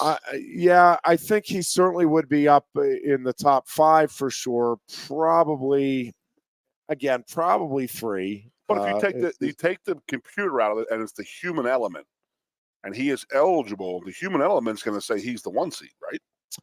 I don't know, because of the way with the current rules, with Mekhi Lewis being undefeated, I don't know that that's the case.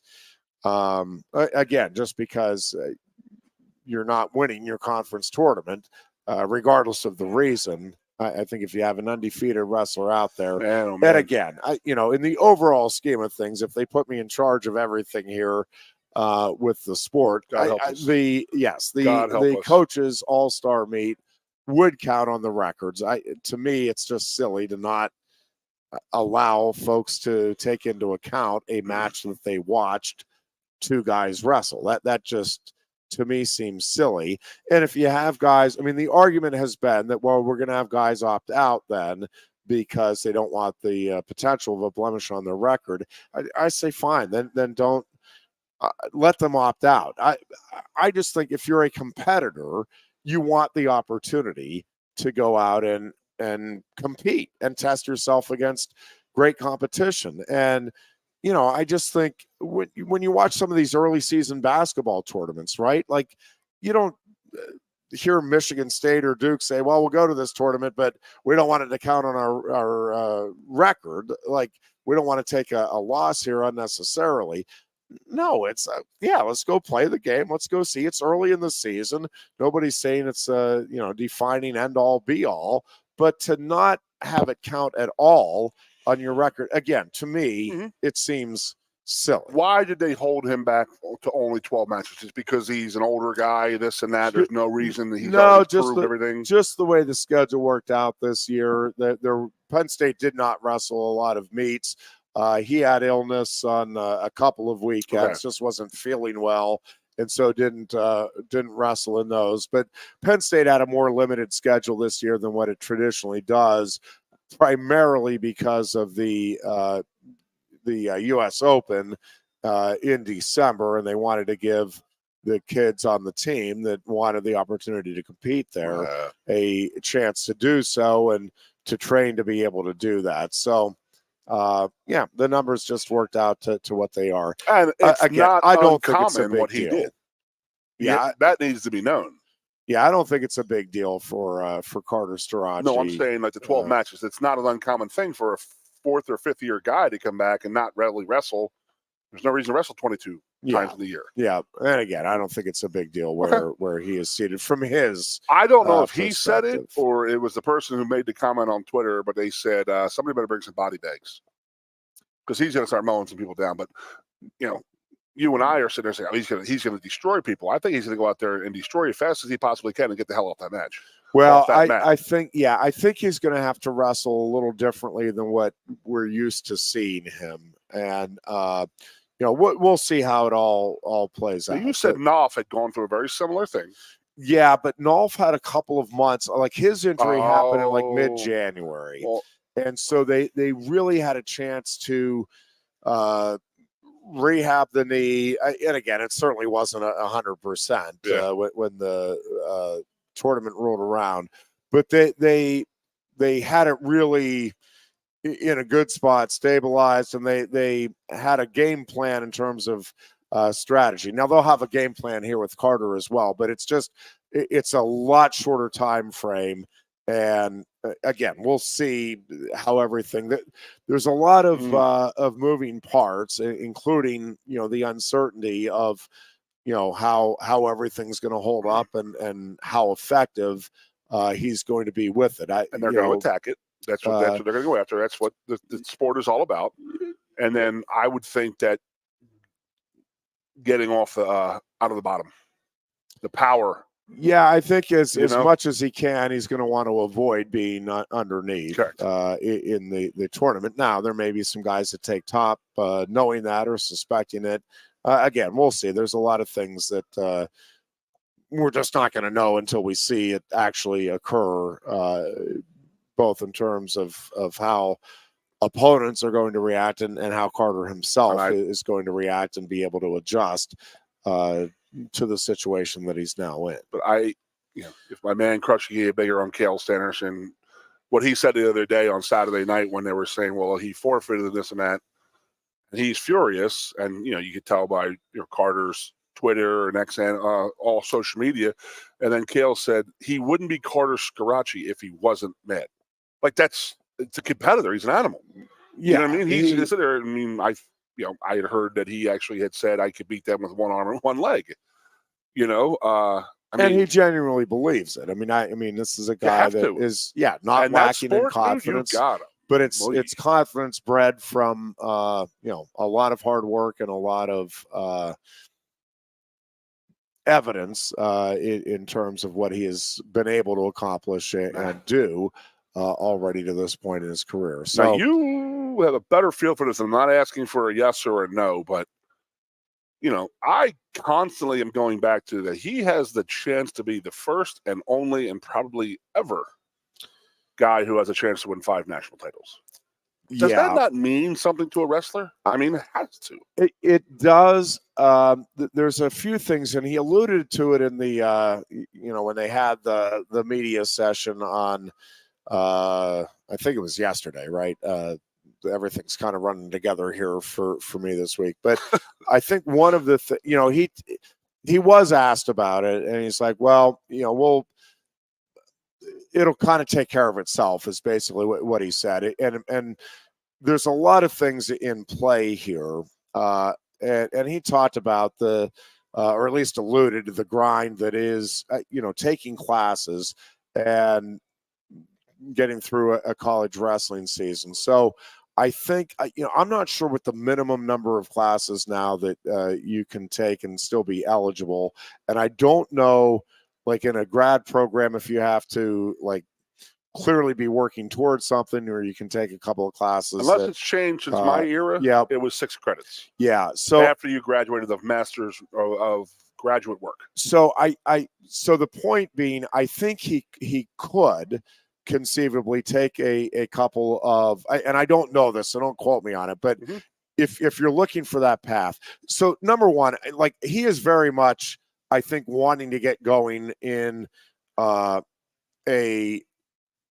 freestyle career, but also I think in short order into an MMA career. Yes. And so there's a bunch of questions right now. One is, coming out of the NCAA tournament, does he, with whatever the degree of the injury is, compete at the Olympic trials? Does he want to give, he's going to want to give it a go. Does he give it a go, or does he say, you know what, I need to get myself healthy? So that's step one, because if he goes and competes in the Olympic trials, and especially if he goes and wins the Olympic trials, and especially if he then goes and medals at the Olympic Games, then I think for him, it's going to be a tougher sell in his mind to come back to the collegiate scene. Grind. And yes, and try to go through that again, when I'm trying to put myself in a place where I have no business being, which is the mindset of a guy like Carter Starachi. But I think he would look at it as, that's now taking a step back in my career. Why would I do that? Now, there's a couple of things, though, that are in play. So if it is 6 credits and, you can take a couple of gimme classes and not have to wrestle a full season, do similar what Kyle Snyder did his last year at Ohio State, where you pick maybe 5 bouts that you're going to wrestle before the conference tournament. But might that still be, so you can train, you can continue to train? It's like, well, yeah, but this is something cool I would have an opportunity to do. Maybe you do. Maybe you say, yep, I will go ahead and do that while I continue to train. I can do just enough in the collegiate scene to make this worthwhile, not tax my body, not tax my mind, all of that. Is that possible? Yes.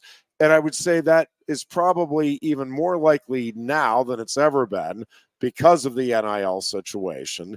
And again, Carter Starachi presumably pursuing a 5th national title can lock up some pretty lucrative deals on the local front to help make that decision worthwhile for the upcoming year. So again, all of those things come into play. There's tons of stuff. And does Kale allow him to do the 5 matches? Is that fair to that is the other 174, or which is another component to this? Carter may actually go to another school.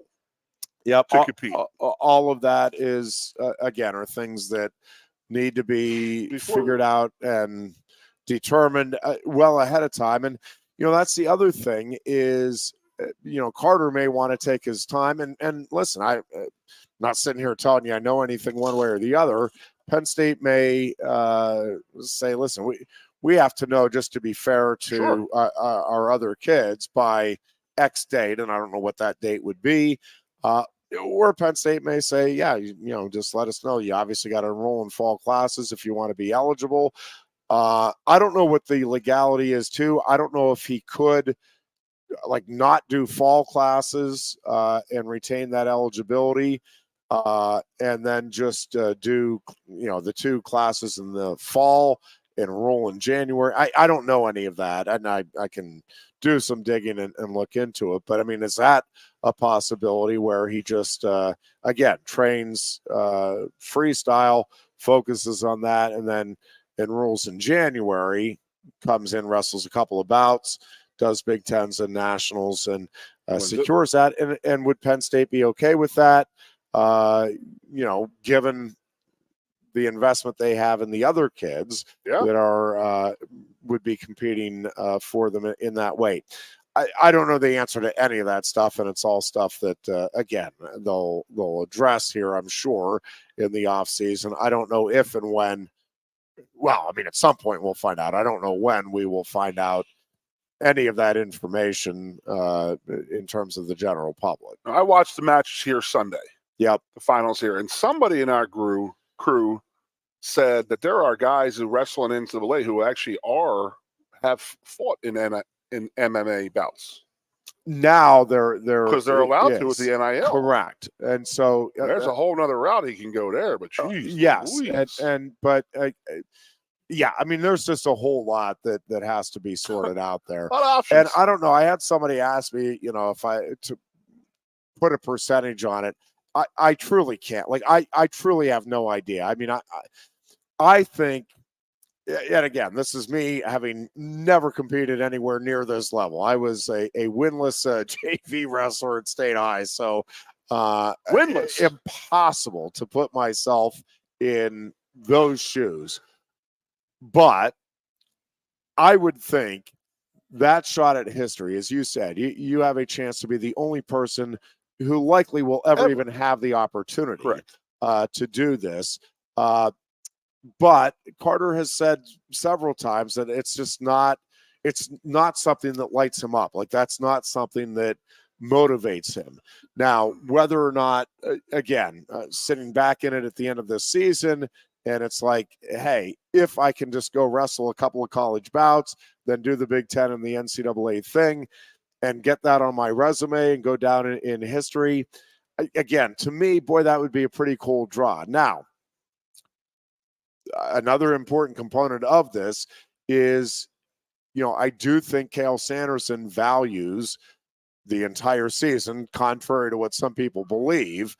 And I don't know the degree to which Cael Sanderson would be okay with, just wrestle 1 or 2 Big Ten bouts for us in January or February, and then let's go to Big Tens and NCAAs when you have other high caliber athletes. I mean, guys that can probably go at least contend for a national title at that weight next year if Starachi's not in the weight class. So there's a lot to sort through there, and it's a lot for Carter to sort through. It's a lot for the Penn State program to sort through, and the coaching staff. And again, there's no rush on any of it right now.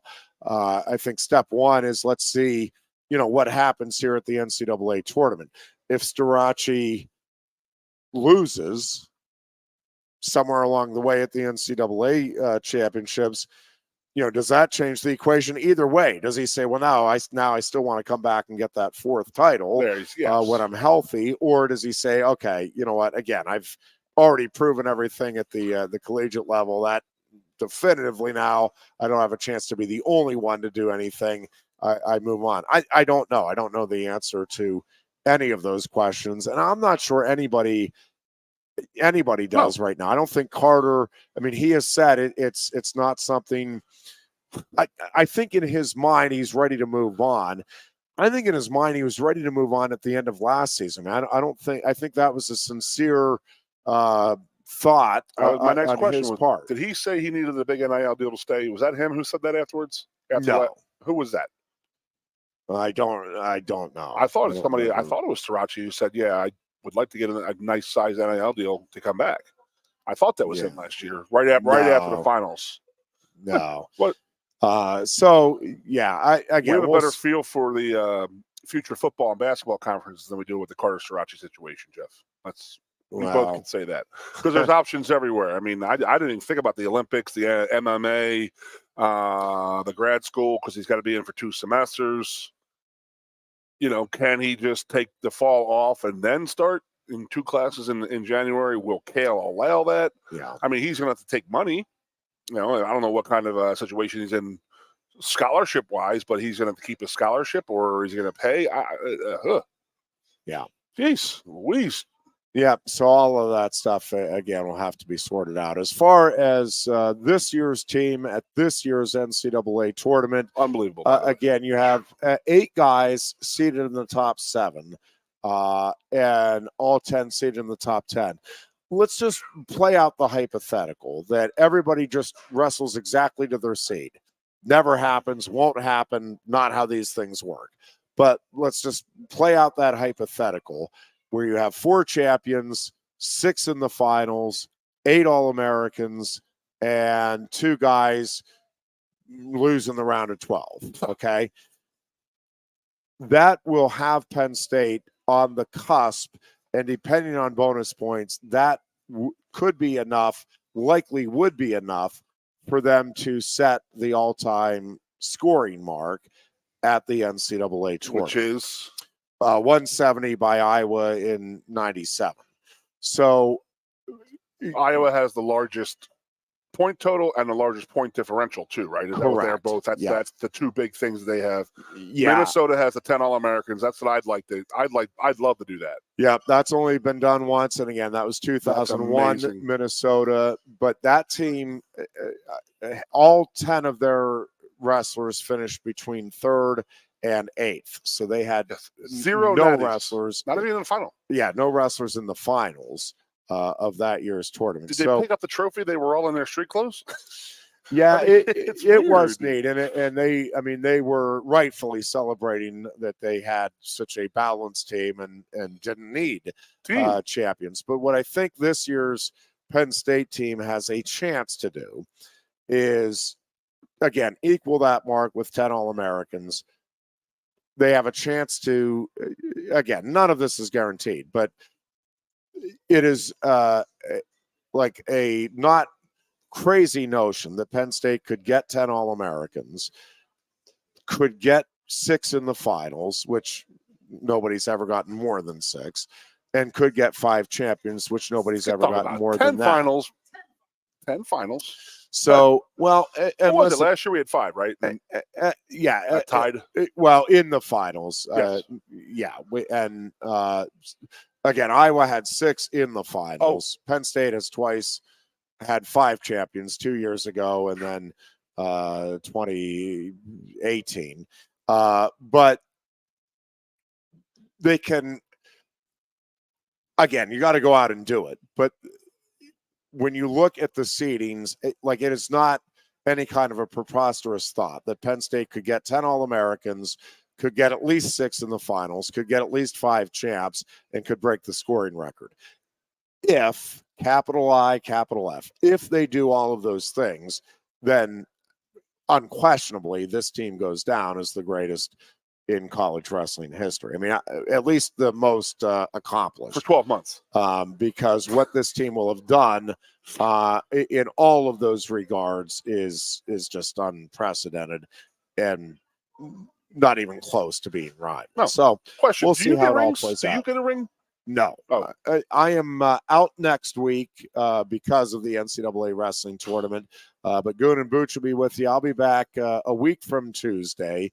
And until next we meet, be good and be Coast safe. into fall with a new Kia from Lion Country Kia. Right now, get a 24 Kia Seltos for 5.25% APR for up to 48 months. A new Sportage plug-in hybrid at 0.9% APR. Check out our 23 Sorrento hybrid for as low as 4.5% APR. And don't forget, all 2023 and 2024 Kias come with a 10-year, 100,000-mile limited warranty. Stop in and meet with one of our sales experts today and coast into fall at Lion Country Kia. We want to see you in a Kia.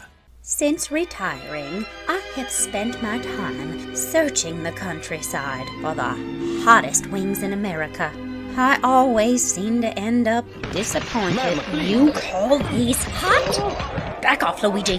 Mamma mia. Look, handsy busboy. Your wings suck.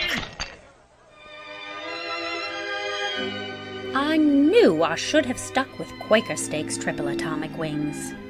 You think I'm tough enough? The Center Hall Farm Store has been serving Center County and beyond for well over a half century. A small family business, the Center Hall Farm Store specializes in animal nutrition and manufactures its feed fresh using local ingredients. Get the best in horse, cow, pig, chicken, and bird feeds. If you're not already a customer, stop in and see why so many of your neighbors are. The Center Hall Farm Store at 110 West Allison Street in Center Hall, or call us at 814-364-1393.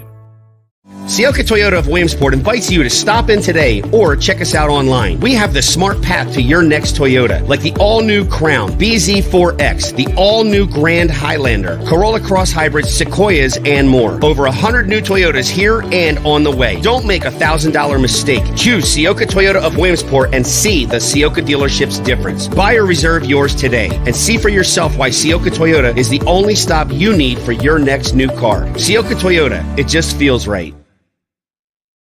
Ready to be part of something bigger? Come pave the road to success at Glen O'Habaker and discover a career where your hard work and determination can build a bigger, better future. Our team believes we can build a stronger future together. Join us at Glen O'Habaker, where we value teamwork on the field and on the job. Go to GOHcareers.com to apply. GOHcareers.com. And best of luck to all the Center County sports teams all season long from everyone at Glen O'Habaker. With a Timber Kids savings account, you can start to save money, earn prizes, and teach your kids the value of savings.